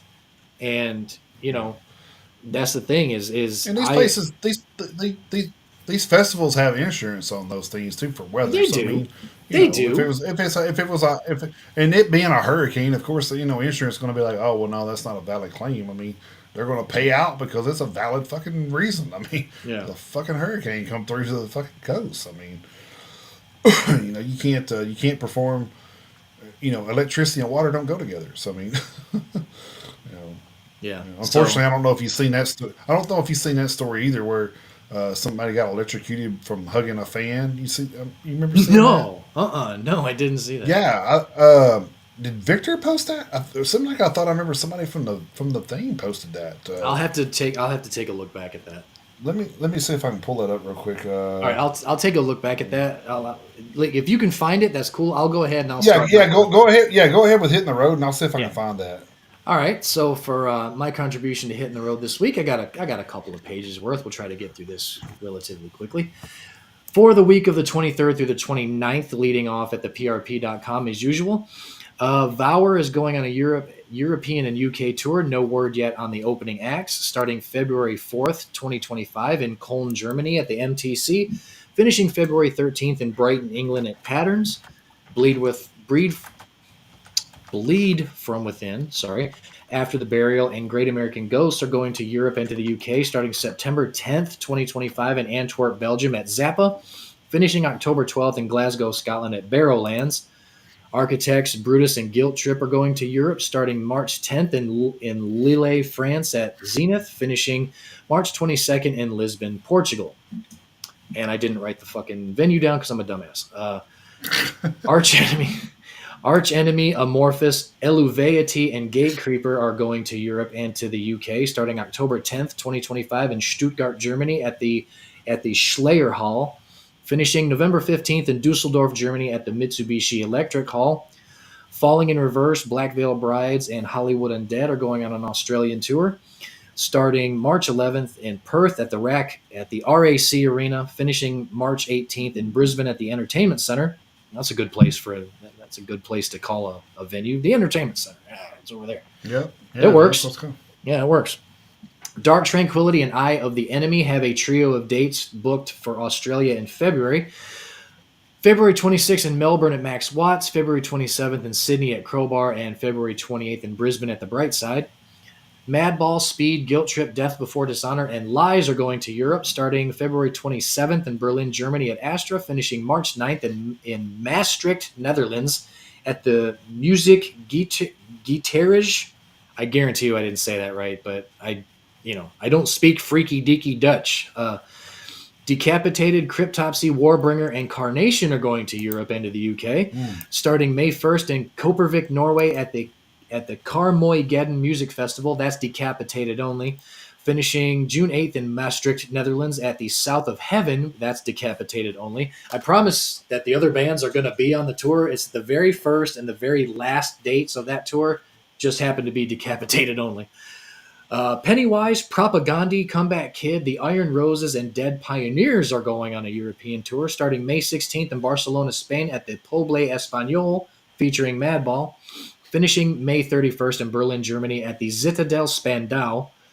Over at blabbermouth.net, Saxon and Dirk Schneider have announced a UK and Ireland tour starting November 4th, 2025 in Belfast, Ireland at the Ulster Hall, finishing November 16th in Cardiff, Wales at the Great Hall. Sabotage, the aforementioned reunited Sabotage, has announced their 2025 festival appearances. April 19th in Sao Paulo, Brazil at the Monsters of Rock. April 23rd in Santiago, Chile at the Masters of Rock. June 13th in Leeuwarden, Netherlands at Into the Grave. June 19th through the 22nd in Dessel, Belgium at the Crass Pop Metal Meeting. And June 26th in Barcelona, Spain at Rockfest. Coroner and Deceased are going on. And we need to get in their ear. So there's one in Kentucky that you probably should check out. Yeah, there really is. Coroner and Deceased are going on a North American tour starting March 5th in Philadelphia, Pennsylvania at Johnny Brenda's, finishing March 22nd in Houston, Texas at Hell's Heroes White Oak Music Hall. Glenn Hughes has announced a European tour starting September 3rd in Zoetermeer, Netherlands at Borderidge. I don't know. Another what do you call it? Another Dutch name that I don't know. Yeah. Finishing September 24th in Pratelj, Czechia at Z7.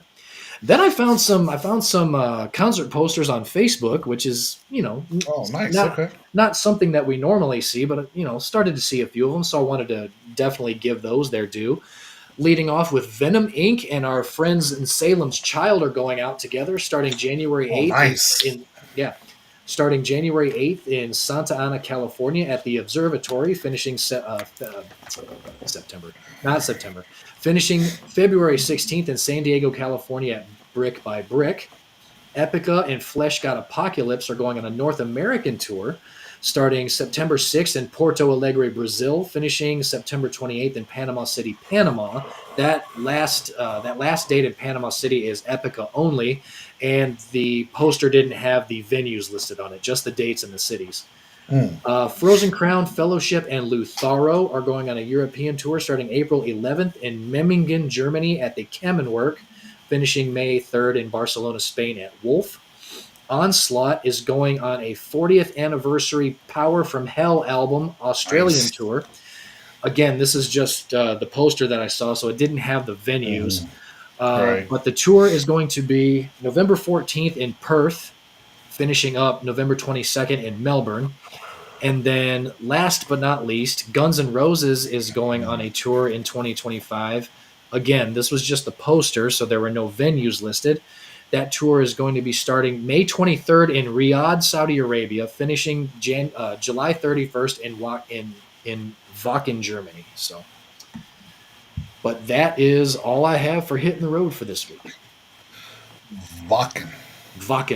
It's BMV. It's BMV, not BMW. Well, yeah, it kind of is. I mean, yeah. If you look at it from the German standpoint, yeah. Yeah. I did find that story. It was a Brazilian rock musician. He died after he was electrocuted during a live performance on. This was July, so I don't know why it's just now popping up, but it just popped up in our news feed. But this is still kind of crazy story. Yeah, I never did hear about it. Are Sasaki, 35, died almost instantly after he hugged a soaking wet concert goer during his performance on stage at the Solar Hotel in Brazil. The pair's contact then triggered a nearby cable to jolt, which caused a fatal electric shock per the Mirror. It is unclear why the fan was wet, but Salinopolis, I guess, police are investigating the incident. According to the Para Civil Police, witnesses have shared statements, and the authorities have requested expert reports. I don't know. I haven't seen any updates on that. I just seen somebody posted that on our Facebook group this week. So I was just like, I didn't realize it had been that long ago. I didn't see a date. I just kind of read the first couple of things on the story that they shared. So Yeah, no, I even if it was back in July, this is the first I'm hearing of it, and yeah, that's right, right, man, right. that's a Yeah, rough one. yeah, yeah, yeah. You was just bringing up something that kind of triggered that for some reason. I'm like, wow, that's yeah, that's really weird for you know. It sounds like it may have been intentional though. If the nobody else was wet but that one fan, that's kind of weird. But Yeah, so but that's the thing I is, don't I know. mean, even if that's the case, I mean, you can't even guarantee that that would work. Well, no, no, Yes, I because mean, that would be a roundabout way to try to kill somebody if mm, that was intentional because you can't even guarantee you like I say you can't even guarantee that would work well, because I I mean mean, you have to close a circuit, you have to create a closed circuit for that to happen, don't you? mhm. uh, I think so. I can't I mean, remember how, an it seemed, I'm not an but it's, electrician, so I but I don't. mean, it could be an inside job from the way it looked too. I mean, somebody could have caused that to spark from the stage, and they could have been working in together or something. I mean, who knows, man? It's just strange to have only one person wet. Like, I don't know. It's just seems kind of funny to me, but not funny, haha either. Just kind of Right. funny, strange. Yeah, exactly. All right. Well, let's get into our theme of the week, and I guess it's pretty self-explanatory for this week. We chose Black Friday. That was something that Yep. Chris had hit me up after the show. He said, "I know we've done Thanksgiving, but let's do Black Friday." I said, "Okay, we can do Black Friday." So a lot of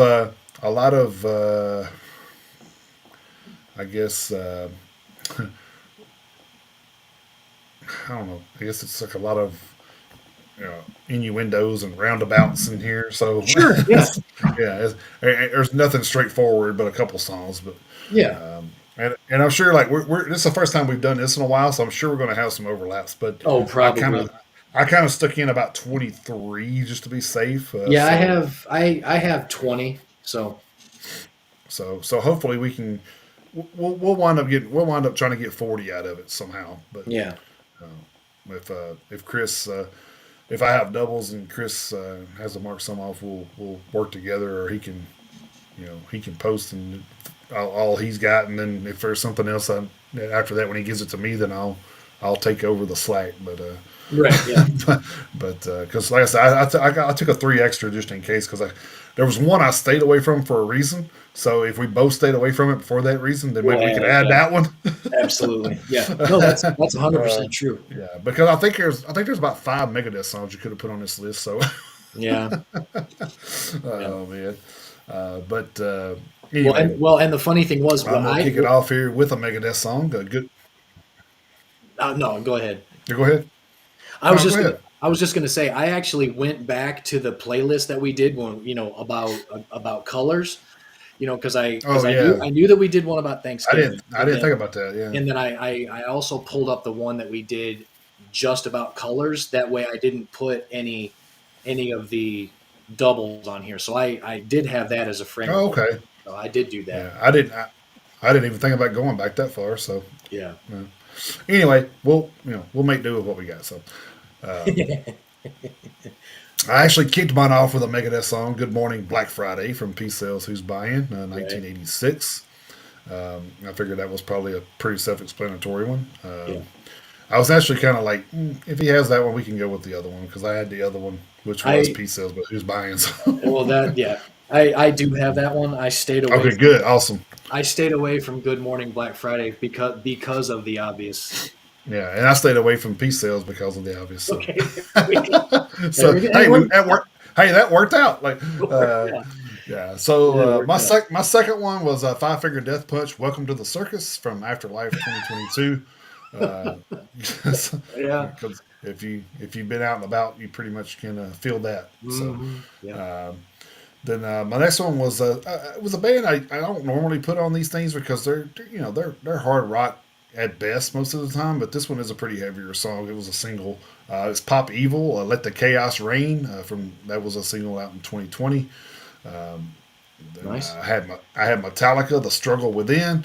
That's from the Metallica album 1991. Yeah, a lot of these are going to be funny to No, you, I'm no, sure. I So, like it. I uh, do. I like it. Uh, and then the next one I kind of took from something I heard recently because I was like, yeah, I said, this one kind of fits, and I kind of want to get them out there a little bit. So why not put a new band on here? So I went with the Witch Pit, which is an album I kind of reviewed a couple weeks ago. I took the Mouthpiece of Hate song. And that's from the Forever Spoken 2024 album because I'm sure a lot of people's gotten some Mouthpiece of Hate, in the stores today. So, Oh, sure. Yeah. then I went with Testament, More Than Meets the Eye. That's from the Formation of Damnation 2008. That could go in a lot of different directions, honestly. Mm-hmm. So, then I went with Exodus, Blacklist from the Tempo of the Dam 2004. Then I went with Angela Sapatrita, The Hope Is Gone from the Call 2002. Oh, yeah. Then I went with Avenged Sevenfold's Nightmare from the Nightmare album 2010. Then I went with, this was a good one too. Then I went with Death Angel, The Day I Walked Away from Humanicide 2019. Oh my God. I don't think I've laughed as hard at one of them before. This is pretty funny. Then I went with Hellfire's The Reckoning from the actual title of the Reckoning album in 2022. This one's going to be probably after the holidays, but it's Black Friday, so we'll see. I went with Killswitch Engage, the song "The Return" from Killswitch Engage 2009. So I like it. Then I went with Partway. Then I went with Partway Drive, the Glitch, which if you're shopping online, you probably dealt with a lot of that today too. Yeah. So that's from the Darker Steel album in 2022. This one can go a lot of different ways. I went with 9 Points Ruthless from the Ruthless album in 2021. So, this one, I don't think you can buy this one, but it would be cool if you could. I went with In This Moment, Sex Metal Barbie from Black Widow 2014. Pretty much the only Barbie they don't make. Not yet. You can never tell. And this one's probably self-explanatory, but I went with Slipknot, People Equal Shit from Iowa 2001. Then I went with Hollow Front's Comatose because a lot of us are that way after Turkey yesterday. So, so that was from The Price of Dreaming, 2023 or 2022. I'm trying to remember when that one came out because I forgot to put the date there. But anyway, it was pretty. It's 22 or 23. I can't remember. Then I went with our good friends Extinction AD, their song "Desperate Grasp." To the Detested from 2024. There's probably a lot of those desperate grasps going on the TVs and shit. So then I went with, of course, Ice Nine Kills. Thank God It's Friday from the Silver Scream 2018. Then I went with Korn, Insane from the Serenity of Suffering 2016. Then I went with Chevelle, Tug of War from This Type of Thinking Could Do Us In 2004. Then with Pantera, Fucking Hostile from Vulgar Display of Power 1992. And then last one, not least, I went with Dope, Nothing For Me Here from No Regrets 2000. Nice. Nice. A lot of walking in and walking out empty-handed there. So yeah. Well, the good news is we don't have any where we doubled up. Are you serious? Not one. Wow, that is amazing. Yeah. That is amazing. Yeah, I like you. I figured we would have had a couple, but no, we don't. One or two. That's awesome. Now the funny thing is, mine's a little bit more. Mine's a little more traditional. But I mean, mine leans a lot more towards the black of the Black Friday. But, right. there are some. I do have some holiday ones in here. Leading off, I have "Delivering the Black" by Primal Fear off the album of the same name from 2014. Thankfully, it's actually on Spotify now. There was a long time where it wasn't on there. Then really? I did have, for whatever, I'm not exactly sure why it wasn't on Spotify for the longest time, but it is now. So thankfully, which is good because there was actually a song by Dream Evil that I wanted to put on here, but it wasn't on Spotify because it was apparently released as a Japanese only release, but it was such a good song. I was listening to it on YouTube. I was like, I want to add this, and I went to look for it, can't find it. So that sucks. But number 2, Peace Sells by Megadeth off Peace Sells, but Who's Buying from 1986. Then I had Black 13 by Exodus off Blood In, Blood Out from 2014. Then I had Black by Trivium off In Waves from 2011. Then I had 4 a.m. by Avenged Sevenfold off Diamonds in the Rough from 2008. Because a lot of people Makes sense. Yep. get up at 4 a.m. to go to the store, which is dumb. Anyway, then I had In Black by Heathen off Empire of the Blind from 2020. Then I had Black Omen by Extinction AD off of Faith Killer from 2015. Hollywood Black by Dio, Strange Highways 1993. Black Sunrise by Creator from Outcast 1997. Black Wings by Flotsam and Jetsam off I Am the Weapon from 2024. Black Flag by Iced Earth off Incorruptible from 2017. Black Plague by Manimal off of Purgatorio from 2018. Code Black by Onslaught off Sounds of Violence from 2011. Black Serenade by Slayer off Christ Illusion from 2006. And this is technically the last one off of the list. The other ones that I had were placeholders just in case, but I'll read those off too. My last one, number 15, is the one place you don't want to be on Black Friday. End of the Line by Arch Enemy off Anthems of Rebellion from 2003. Oh. Now, the 5 that I was going to add if I needed them, I had Black Swan by Megadeth, Lamb of God, Black Label, Warbringer, Black Sun, Black Moon, Dio, Last in Line, and FKU, Black Hole Hell. So I'll get all 5 of those added. So I have 20, you have 23, we have our 40. So. Yeah, there's another Megadeth song you could add, "Addicted to Chaos" too. So, and the funny thing is Black Curtains. I could have put that one on there, but it was that's what I'm saying. There's like 5. It was, but Black Megadeth's all over the place, man. Yeah, but Black Curtains was actually on the list for colors, so I avoided. I avoided that one on purpose. So. I knew it. I knew a couple of these songs had been on the list before, but I was like, yeah, they just fit. I don't care. But I was kind of that's true, but I was on a quest to avoid doubles if I could. So yeah. And I wish I would have looked at it too. I didn't think about the color one. I did peek at the Thanksgiving one, and I was like, yeah.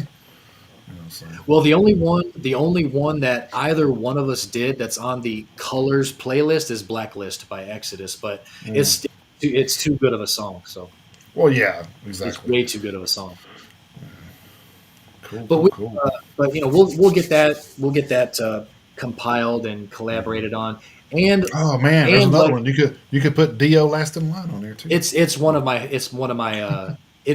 extras. Is it? Okay. Yeah, it's one of my extras, so I'll make sure it gets put on there. Yeah. But and I will do what you suggested, and I'll get it posted, and then after the week is up, I'll share it to like Twitter and Facebook and all that shit, or TikTok. I'll keep it confined to the group for the 7 days. That's actually a very good idea. Yeah. So. And then, speaking of which, there is the playlist from last week, Time and Place. Yep. So if you want to check that out, I'll leave that up for just a minute. Then we'll get into an album review, and then I'll post up the new one from this week too. So, which I was late on today on the thing. I was late on everything today. I was just so caught up in stuff going on around the house. I guess I was like, damn, did I do that? No, I didn't. So. Well, I mean, it happens. So, album reviews. Do we want to talk about the EP first, or you want to do that? We can. Last? No, we can talk about that first. Okay, so our good friend Ari, he came out with a new EP again today. From the Reality Machine. I just had that pulled up. The Heretic and the Priest. Heretic and the Priest. I knew it was the Heretic and the something, but yep. Actually, I do have it pulled up over here. That's right. Let's see, Heretic and the Priest. Yep, there it is.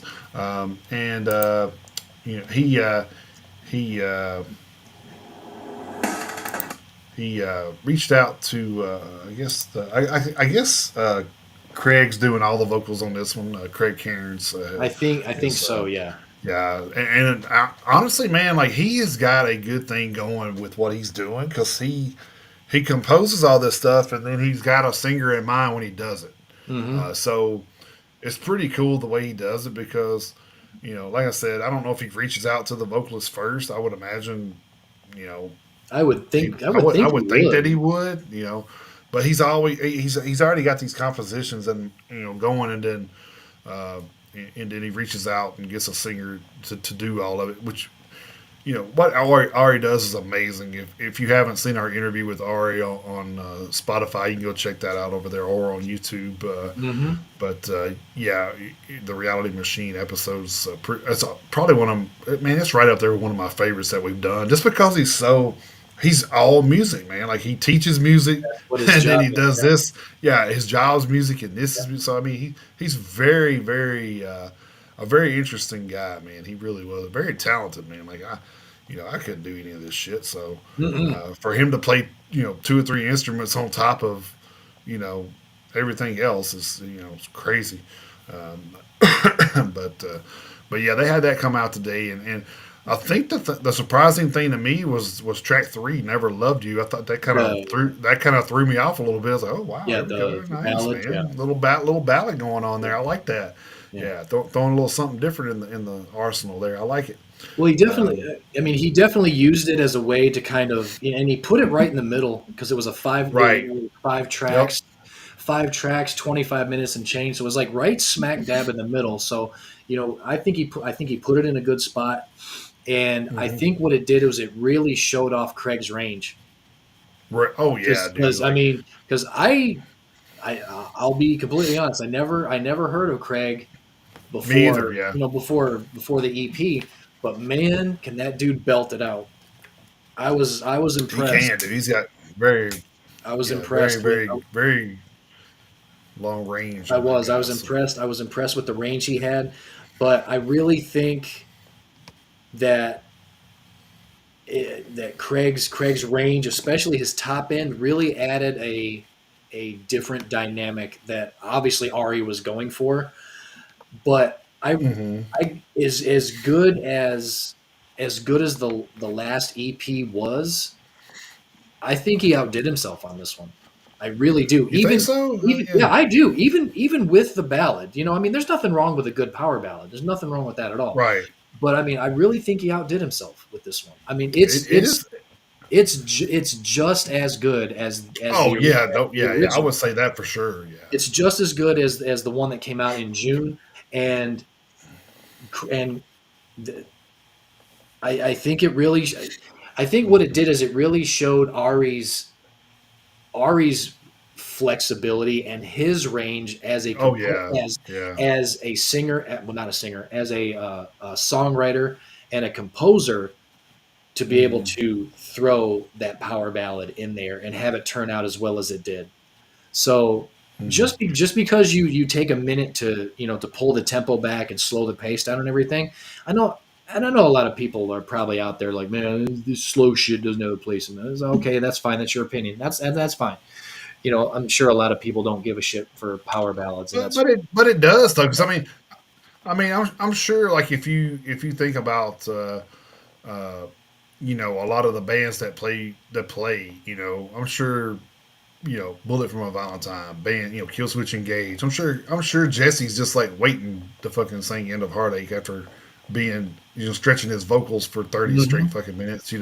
He's like, yeah, I need a break, so let's write this ballad to give me a break. Mhm. Uh, so I mean, I know And there, Ari there's has there's a different. lot I to be know, said for that. and I know Ari has different vocalists on his albums, and that doesn't mean a lot to for that in particular, because they don't do a lot of live shows with those artists. But still, if you're thinking about other bands and people saying that, then you're saying, okay, well, you know they shouldn't have a break. They should just blow their fucking vocals out for an hour straight for Right. me.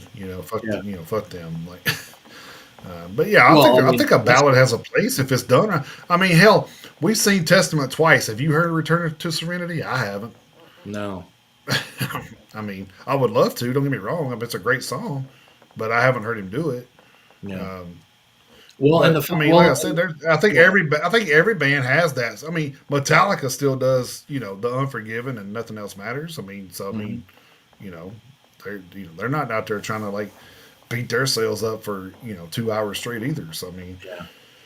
you Well, know, and the funny thing is like like you said, doing a ballad for the sake of doing a ballad. I mean bands don't do that anymore. I mean No. they probably did back in the '80s because the labels were like, well, we need something for the radio, and we need something that Well, shit. maybe we can get female listeners to That's the like. thing. That's what they And were doing. They was that's what they drawing female what they listeners were in. doing. So back then they were doing it.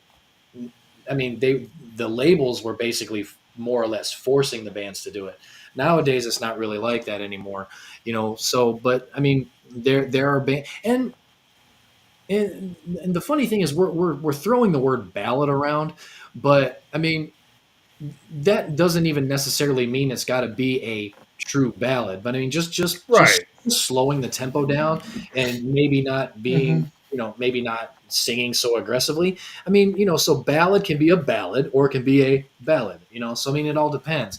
Because it's funny that you brought up, the Testament situation. There's gonna be a duet on this new album. Yeah. Chuck Billy's already talked about it. Yep. So I mean, and Testament is Testament is Testament. We all know what they're about, but even they are not above, doing something like that. No.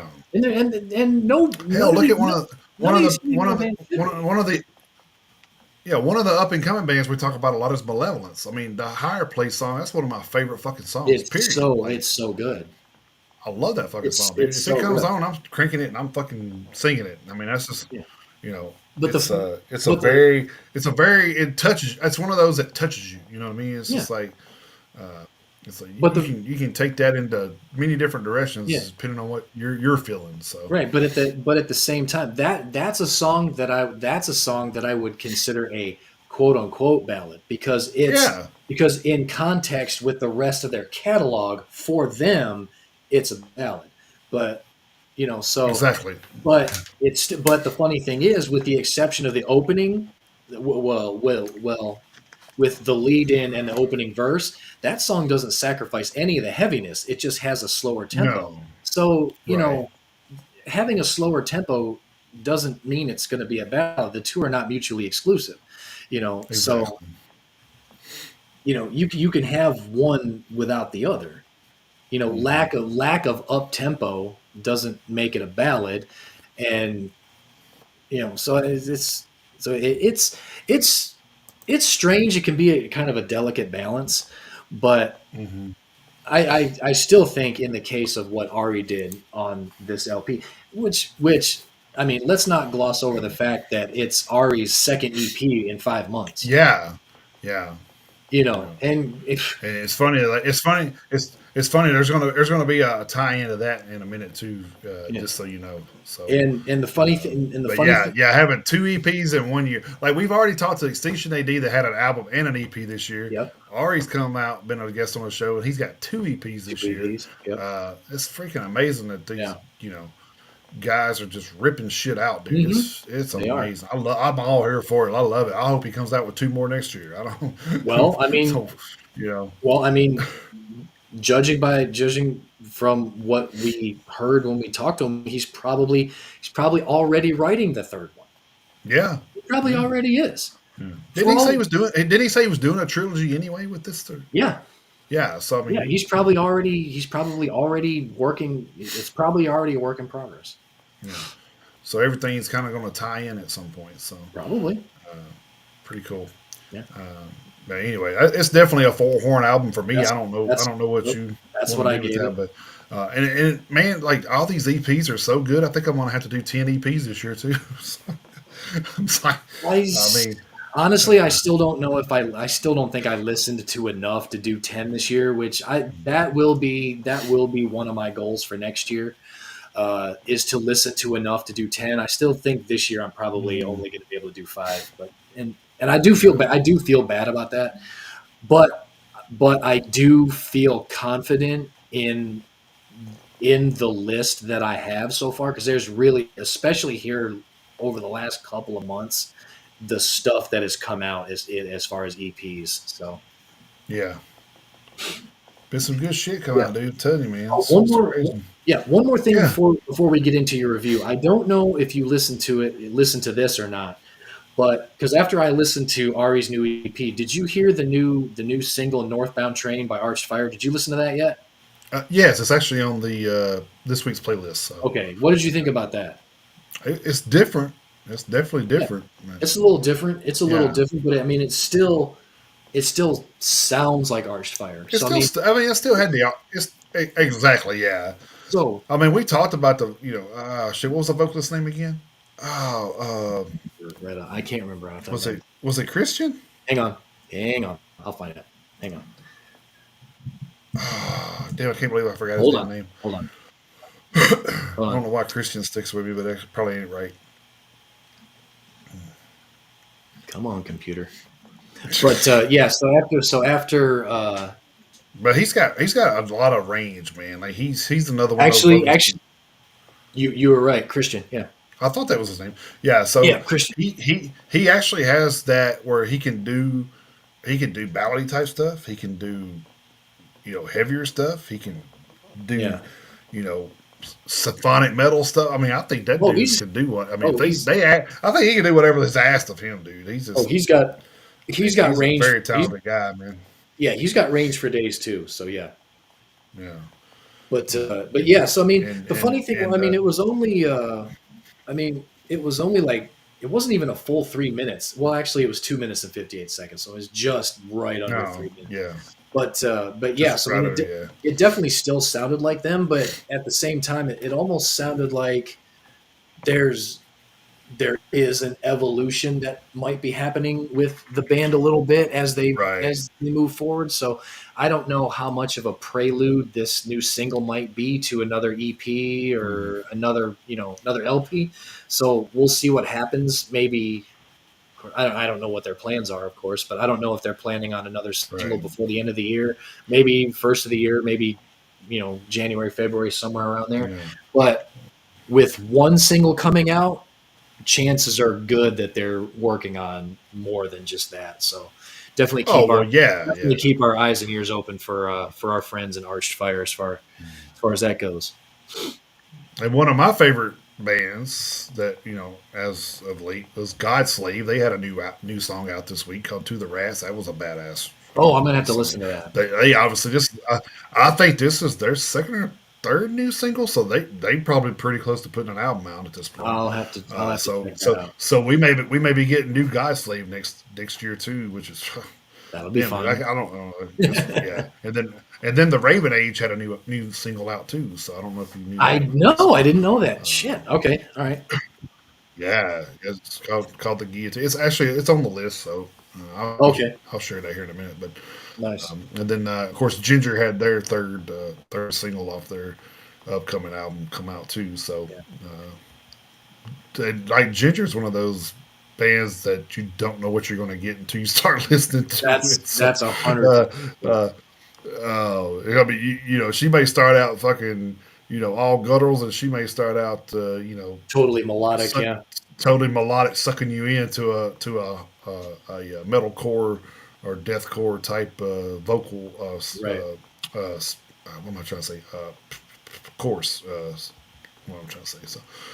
So yeah, there's a lot of decent stuff coming out this week. So including what I'm about to tell you about right now, which is my album review this week, which was No Kings Allowed. The album was called A New Era. They are from Belgium and the Netherlands. So formed in 2023, which was surprising to me. But this is where it's going to get weird on you. They Okay. do so they do have they're one of those bands that do have the kind of the makeup and they do wear like different colored masks and stuff, and it's funny because let me do this. Their members' names are red on guitars, green on guitars, gold on vocals, blue on bass, and gray on drums, and their masks are that color. So you're saying they have stage names? Yeah, and then Okay. their masks are black on one side, and the other color is what color they go by. So Okay. so I can pick them out in a picture of who the Yeah, singer you is can. and who the bassist is, and so I'm like, oh, okay, uh, that's Well, I pretty mean cool. that is helpful. Yeah, so it's pretty interesting. So I mean, you got to have something that stands out, and I guess that's the mass thing's not going to do it because there's already too many doing that. Right. Uh, but this is the interesting thing. This is the band's second full length release, and fun fact about that is both releases were released this year. So Well, the son of a bitch. yeah, the first album was released in March. So they've had their second release this year, and I may go back and listen to the other one just to for shits and giggles and give it a listen. Um, but just to see how different it may be, or if it's just where they wrote a bunch of shit and said, "Hey, let's put it all out," or what. So, Oh well, it could be. but I don't know. You know what? I'm gonna go back and look at the fucking first album because I want to know how long it is and all that good shit. Hold on just a second. Yeah, I'm looking at it now. Yeah, D, The first album is 13 songs and 54 and a half minutes. yeah. Well, this album is 15 songs, 52 minutes and 52 seconds. So, God damn, calm down, Mushroom Head, son of a bitch. yeah, right, yeah. So, they are listed as a symphonic metal band, but yeah, I don't see that at all. I don't know where they even got that from, but they're more metalcore, deathcore to me, Really? similar Okay. to As I Lay Dying, In Flames, Parkway Drive, that type of thing, where you know they do a little slow down stuff, but not enough to change anything. Yeah. So vocally, this Gold guy, man, dude, he's guttural screams and cleans, and they're all on point, dude. Like it's amazing. So to me, we talked about Kobe from Halo Scars. This is a perfect comparison right now because this guy does a lot of what Kobe does. Um, I'm saying that because we know Drives an Kobe, and I ambulance? don't know huh? I said he drives an ambulance? Yeah, I was nameless. Yeah, no, no. I'm talking about musically, but Oh, yes. But yeah, musically he does a lot of what Kobe does with his with his voice, and he kind of can do all of that. And it's pretty amazing, dude. Like, I told Kobe he sent me one of the things where he's trying some new stuff a while back, and I messaged him back and said, "Man, calm down, Johannes, man, goddamn." Like, it reminded me of Johannes from Avatar because right. I've told this story before. Like, I never knew he did all that stuff until I saw him live, and I'm like, dude, he does all these fucking vocals. Like, holy shit! Yeah. But because there's like one song where they do, and he changes from all three spectrums within the song, and I'm Oh like, yeah. how in the fuck does he do that? Like, Yeah. I mean, it's just amazing to me that people could turn that shit off and on so quickly. Right. But yeah, this guy can do that shit, man. It's fucking amazing. Like, just the vocal on this thing was pretty fucking amazing. Drumming very fast paced, transitions nicely along with the other instruments. Guitars work really good. There's some nice intros. A few solos sprinkled in too. There's one song I want to say. There's like a song on. Hold on, just let me. I'm gonna look this up real quick because I can't remember the name of it. Because, like I said, I've only listened to it a couple times. It was the Laws of Extinction Part Two. Man, the guitar work in that song, man, fucking like, dude. I was just sitting here just amazed at how like top to bottom, it's not like that. But that song, dude, if you got to listen to one song off this album to get you attracted to the album, I'd say listen to that song because Track just the nine. guitar work itself. What's that? Track nine, huh? Yeah, track nine. Okay. I was looking at the list It's along with you. yeah. No, you're fine. Yeah, it's one of those where it's got like some stuff and then it kind of goes off. It like I don't know. It's probably a double guitar from the way it sounds because it transitions too quickly. But man, there was some. Okay, I It got you. just it's just so fucking like on point and like timing wise, where one of them leads out and the other one leads in is. I'm just like, dude, this is fucking amazing. Um, like I said, I can the vocals on some of it was a little rough for me because I'm not a lot of about the gutturals and stuff. But, so there is a couple songs on there. I'm just kind of like, yeah, you probably didn't have to do that much gutturals with the composition of the instruments. I think maybe it was a little bit off. You know what I mean? Mm-hmm. Like I don't think the instruments were dark enough for what he was trying to do. I guess is Oh, what I'm trying to yeah, say. So I think he was trying to make it darker than what they were playing to. I got you. So it was a little. So I think if like he wants to do that, that's fine. But I think they need to make the instruments a little bit darker and slow it down just a little bit. It was still kind of a little metalcore-ish and a little too thrashy, fast paced for him to be singing that low and guttural. I got you. But but but yeah, I like the change ups in a few of the tracks too with the guitar work. And that's what I was talking about.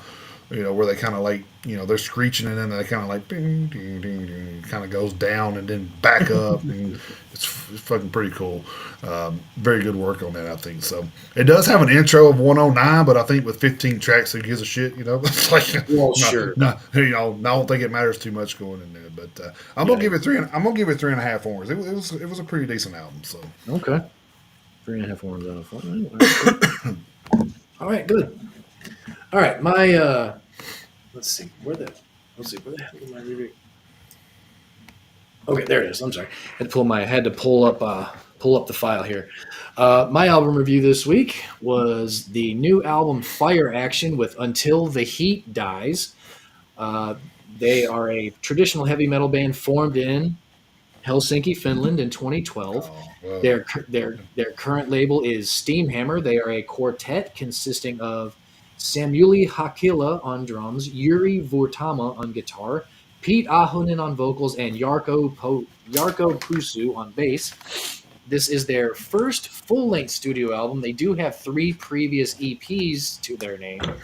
This new album is 11 tracks long, 40 minutes and 44 seconds. Track number 7 is a 54-second Ronald Reagan soundbite via the fall of the Berlin Wall. One of those sound bites from him right around then, referencing Gorbachev and tearing down the Berlin Wall. So that was the only song on the album that wasn't like an official track, but it wasn't interesting that they used a Reagan era soundbite. And so it was kind of weird because like my LP, my EP, and brand new single that I listened to all today were all bands from Finland. wow. Archfire, The Reality Machine, and Fire Action are all from Finland. So I didn't even I think plan it's that. true. Yeah, I didn't Yeah, even think about that. didn't even plan that. So just how it worked out. Um, this album, was almost in the same vein as my album review from last week with Sign of the Jackal, where it's an old school feel recorded in 2024. The one thing I enjoyed the album in its entirety. There's a definite mix of like Queensryche and Stradivarius. I mean, Oh, okay. The Stradivarius part kind of fits because Stradivarius is from Finland too. Hmm. Um, Pete has a very, very good grasp on his vocal range too. Lots of highs. He keeps everything pretty, pretty much in the mid range, the middle of his range most of the album. But like I said, there's a lot of Queensryche, Operation Mindcrime, and Empire feel to it. I mean, don't get me wrong, he's not going to be able to like do what Todd LaTorre does and take Jeff Tate's place note for note, but he can definitely hold his own on from a range standpoint. Uh, the drumming was pretty standard. A lot of it was just to keep time. Uh, there was a whole lot of harmonizing with the other band members. A lot of the Yeah. anthemic, the other band members backing up the lead singer, stuff like that. There's a lot of stuff in this album, and which is weird because they've only been around since 2012. Well, in this incarnation, let's see. Samuli and Yuri, they were in a band called Alliance together. I don't know how old that band is. And Sammy and Yuri, or Samuli and Yuri are the only two original members. Pete and Yarko they came along later. So they probably, and without talking to them, I don't know, but the two of them may have formed this band after Alliance died, or I don't even know if Alliance is still around. I didn't look. So I don't know if they formed this band out of the ashes of another one, so I'm not real sure. But it seems like there's a lot of like 80s, maybe early 90s influence in this, because there's a lot of elements, you know, from that era in this album. Of course, having a Queensryche vibe from Operation Mindcrime and Empire, that's obviously gonna be there. If you're influenced by those two albums at all, those elements are gonna be there. The the guitar work that that Yuri puts forth on the album is fantastic. The guitar solos, the guitar solos stand out the most on this album. Even though I thought, the mix on this album is absolutely top notch. Every album, or not every album, every instrument on the album rather, is mixed perfectly. The bass lines are present and they're at the forefront at the very, very right time when they're supposed to be there, when you're supposed to be able to hear them, they're there. There's even a couple spots, and I can't remember the songs, but there's a couple of spots where they wrote the part for the bass, and it's recorded and mixed perfectly. So I really, really thought they did a great job. They did a great job on the mix. I would say that this is one of those albums that, even though I enjoyed it, I would have to be in the mood to go back and listen to it again, because I did enjoy it. It's put together well. It's written well. Like I say, the mix is fantastic, and the guitar solos are really good. But with it having the 80s feel to it, I would have to be in the mood to listen to it again. I enjoyed it, but it's one of those albums where it's like I feel like listening to something like this, so I would listen to it then. But I'm actually very impressed with how it turned out for them, and if I think they'll do well in the future if this is the sound that they're going to go with. Whether they move forward with another EP, or if they're going to do LPs from here on out. I think if this is where they're at now, because like I say, I haven't heard their EPs yet, but if this is where their sound is at now, they're in a really good spot to do whatever they want to do in the future. Because with the lineup that they have now, Pete's vocals, they could do whatever they want. They can literally do. They could probably do whatever. Even if they wanted to stray from the traditional heavy metal, even though there are some progressive elements every now and then, and there's even there is some power metal in there, especially with some riffage, and there's keyboards in there, so you got a little bit of a progressive element in there. So it's not just a straightforward traditional heavy metal band, which is nice because it gives a little bit of diversity in there. But I'm going to give this one 3.5 horns out of 5 as well. Okay, good deal. Awesome. So if you haven't noticed, I did post a playlist for this week there at the bottom. If you want to check that out, you can copy and paste that, or you can just go and look at our little logo there on top there for the that's right, the Metalheads Unite logo there, and that's pretty much the standard across all of our socials right now. Just so you know, that may change soon. We'll see. 2025's a big year for us, so it is.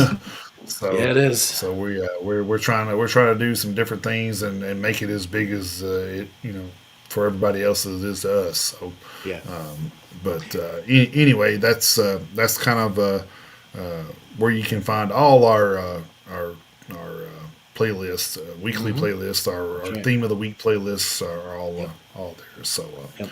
check those out, and I will let Chris let us know about what's coming out next week. Yeah, we're moving into the last month of 2024, which is Yeah. crazy to say that we're already looking at Christmas. But looking forward to next Friday, December 6th, leading off with Aura with Iger, Alter Bridge with One Day Remains, the 20th anniversary edition. Among These Ashes with Embers of Elysium, Angelic Foe with Amulets and Charms, Asterize with Tale of a Wandering Soul, Athena 19 with Everflow Part 1, Frames of Humanity. We have Avhoth and Kuntari with Ephemeral Passage. I believe that might be a split album. I'm not sure. We have Axioma with Live Totality. That's an EP. We have Bleak Magician with How the Disappearance Appeared to Us. Blessed King of. I know that's weird. How the Disappearance appeared to us. I know. Blessed King of Longing with a self-titled album. We have two re-releases from Brazen Abbot. We have Bad Religion and Eye of the Storm. We have Buena Madera with Core. Burn Down Eden with Epiphany. That's an EP. Carbon Black with Principium 2.0. That's an EP. We have Catharia with Unimaginable Dreams of Fate. We have Sit Zen with The Spiral. That's an EP. We have Couch Slut with My Life as a Woman. That's a re-release. Dark Lightning with The Demons We Create. Desert Near the End with Tides of Time. Detest with A World Drowning in Detest. Disoriented with Cross the Line. Dragonoff with Vepr. Dry Marcon with Mori in Igne.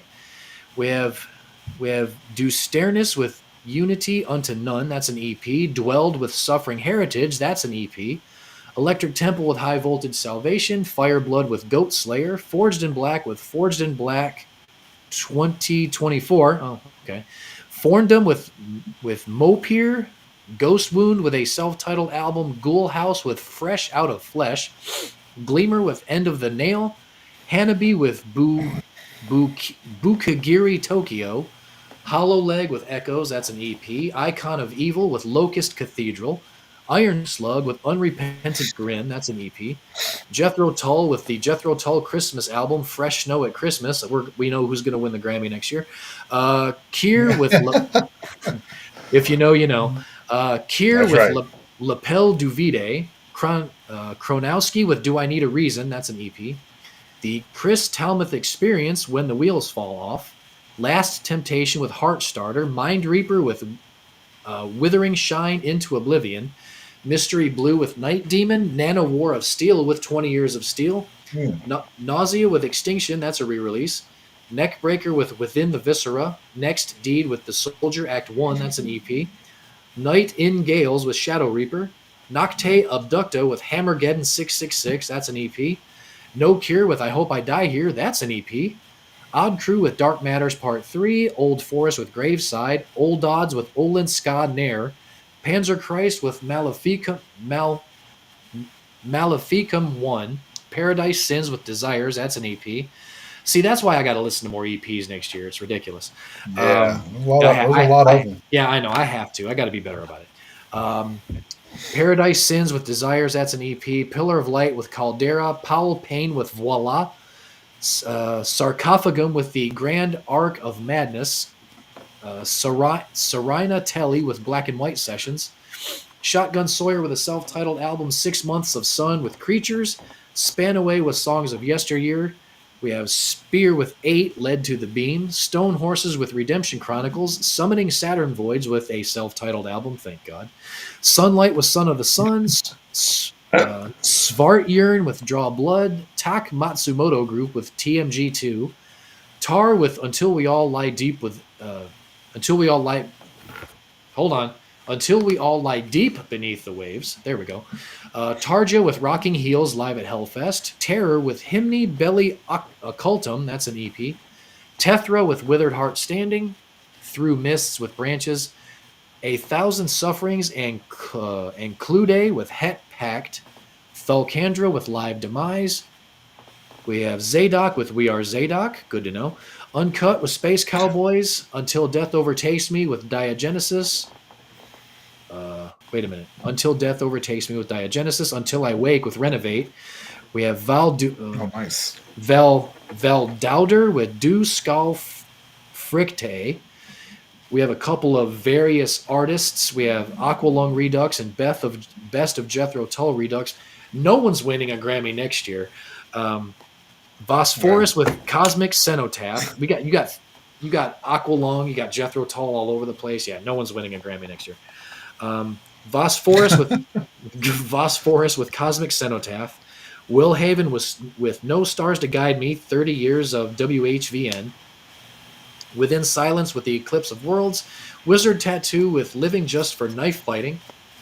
Wizard with Elements. Xenotheory with Blissful Death. And Elysia with Underneath. So. Oh, cool! And Friday, December 3rd. There's the Friday the 13th in December. I just now realized that. That's cool. Yeah. Yeah. Yep. But yep. So that's going to be those are going to be the re-releases for December 6th. All right. Nice. Yeah.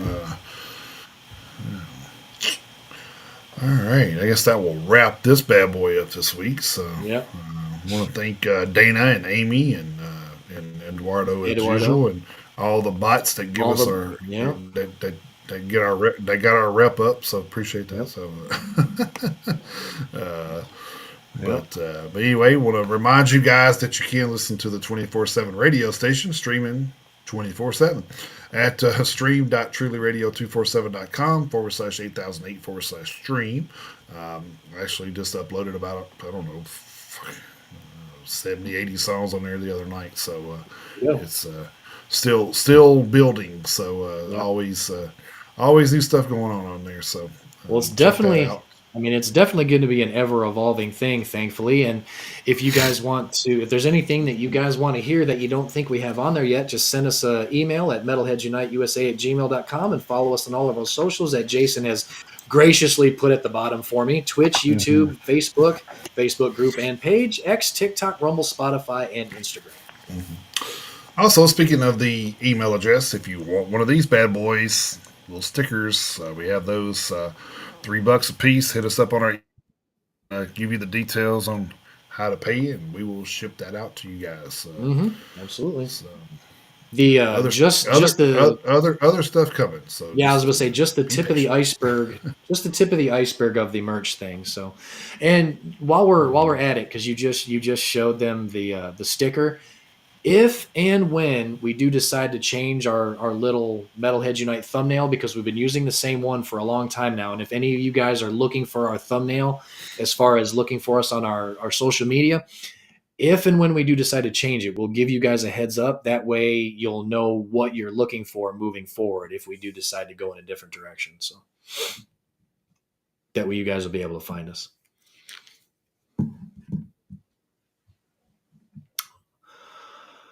Now what happened? Him or me? Not sure. Am I talking to no one? Am I talking to myself? No connection. No connection is a band that we know. So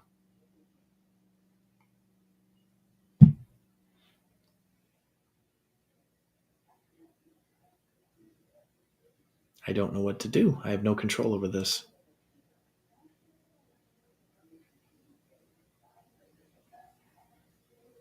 I'm not exactly sure what to do here, guys. I don't know. The funny thing is I can't even end the show. Even if Jason's got something going on, I can't even end the show.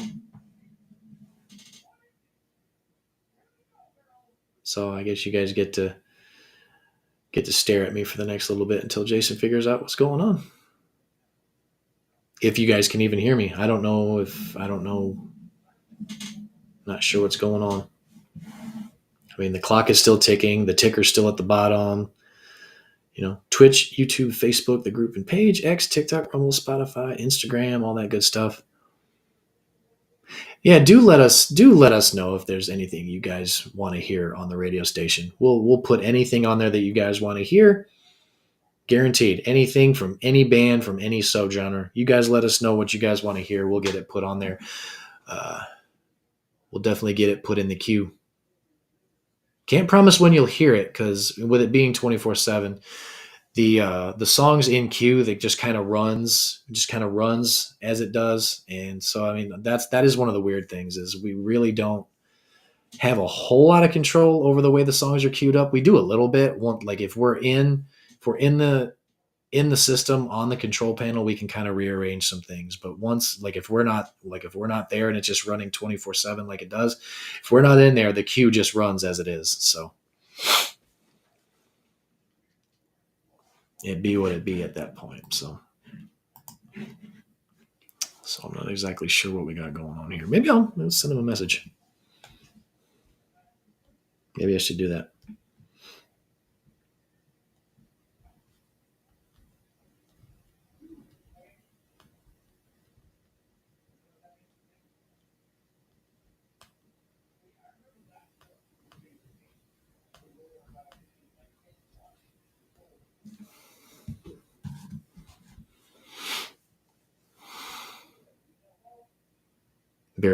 At least this happened at the end of the show, so I mean you guys got to see everything. I mean we had a couple of moments where it was touch and go, but I'm not sure on whose end,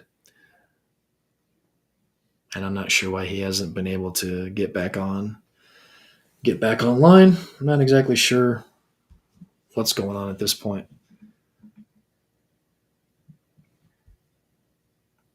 I really don't know.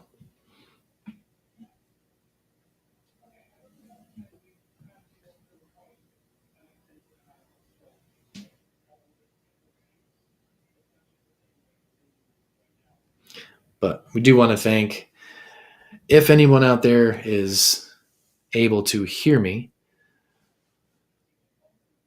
do want to thank everybody for coming by. We already talked about Dana, talked about Amy, talked about Eduardo. Thank you guys for stopping by. We appreciate all of you guys.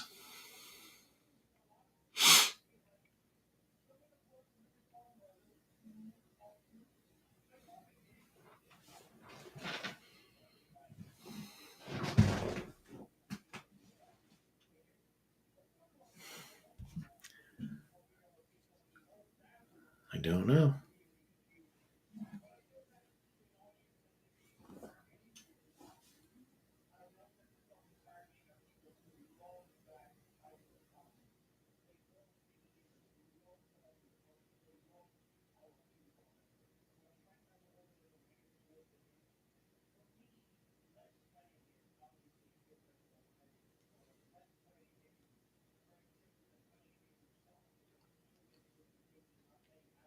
No, he hadn't even seen my message yet either. I don't know. What do we do? Maybe I send him a private message.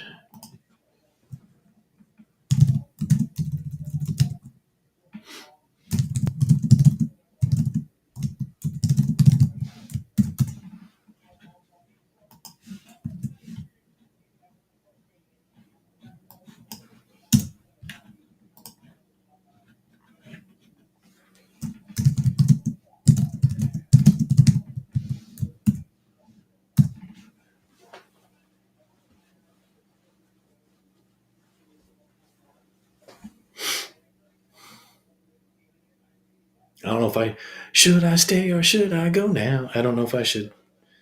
I don't know what I should do here. I'm kind of at a loss because it's not like on StreamYard where I had some admin privileges or whatever.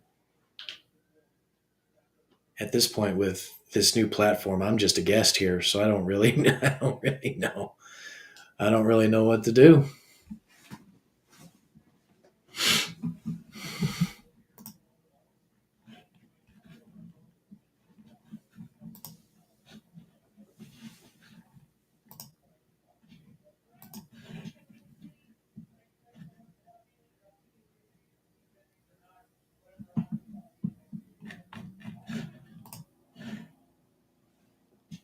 He's not answering me either.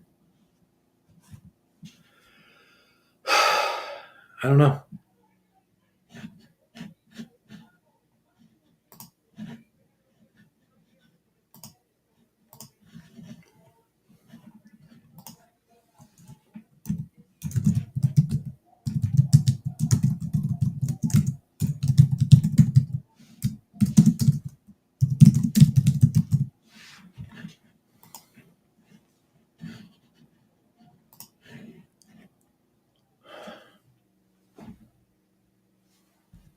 Let me check the socials. What are we even doing here?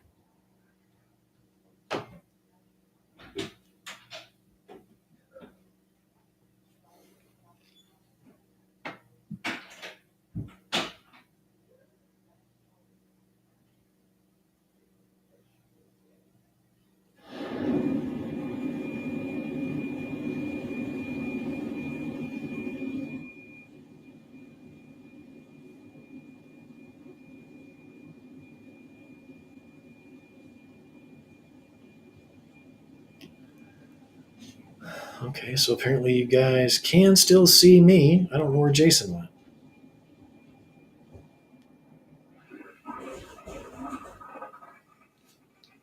Apparently you guys can still see me. I don't know where Jason went.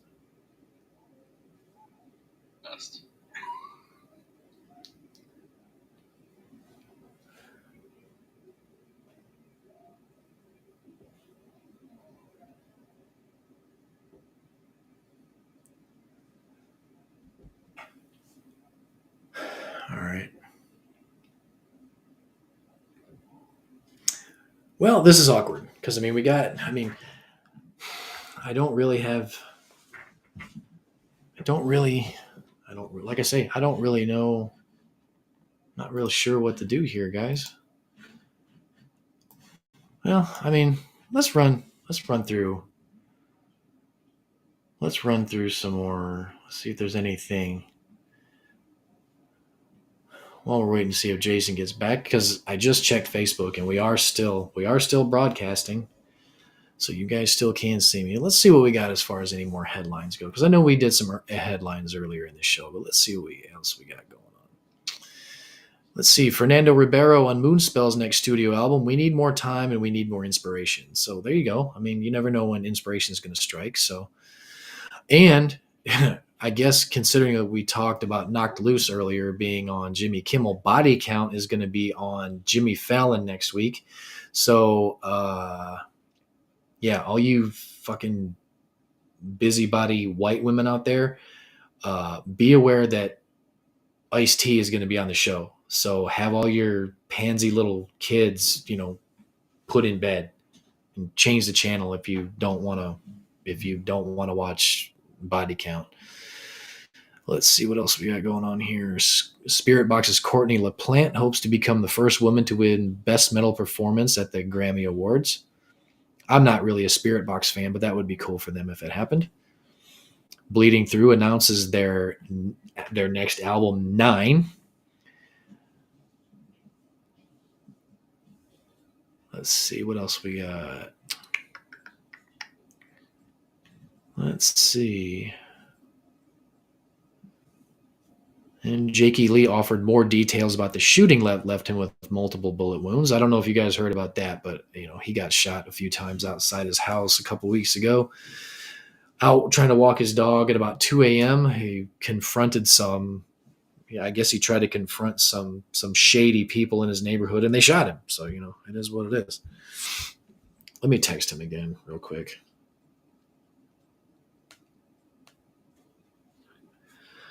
I'm not exactly sure what's going on here. Normally when something like that happens, he's able to usually get right back.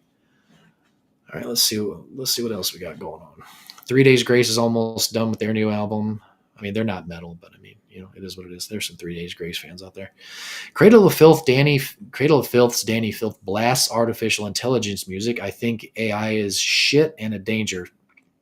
I don't disagree with you there, Danny. Let's see. I Hate God has a lot of stuff written for their next studio album, so that's any I Hate God fans out there. That's good news. God hates me right now. So there you are. All right. Jesus Christ. I was sitting here going, I don't know what to do. I don't know what to do. So the wife was cleaning the closet, the walk-in closet where the Wi-Fi box is at, and hit something and unplugged it. So I kept trying to reconnect. I said, "Why the fuck am I not reconnecting?" And then I said, "Well, I'm gonna go down there and look at it." I went down there and looked, and I said, "What are you doing?" She said, "I'm cleaning the closet." I said, "Well, you unplugged my router." She said, "What?" I said, "What the fuck?" I was like, oh my god. Yeah. So anyway, So basically I just started reading off more headlines. I was like, I don't know what to do. I was like, I don't know what shit, I I don't don't know know what to what to do. do with my hands. Yeah, I was like, well, that's the funny thing is I was just like sitting here and I was like, he'll be back in a minute. And then like you weren't back. And then I sent him, Yeah. I sent you a message on Messenger. I sent you a message in the private chat. And I just texted you. I was like, I don't know what to do. I went to, I got on my phone and went to Facebook. It's like, maybe we're not still broadcasting. It's like, no, we're still broadcasting. It's like, oh shit. So, so, Uh, so I was like, okay, all right. So I was like, I guess I better fill time somehow. So, like I said, it's the organic stuff that happens is it's sometimes it's on, fun, sometimes it's funny. yep. So No, I mean, it's definitely funny, but uh, it's definitely funny.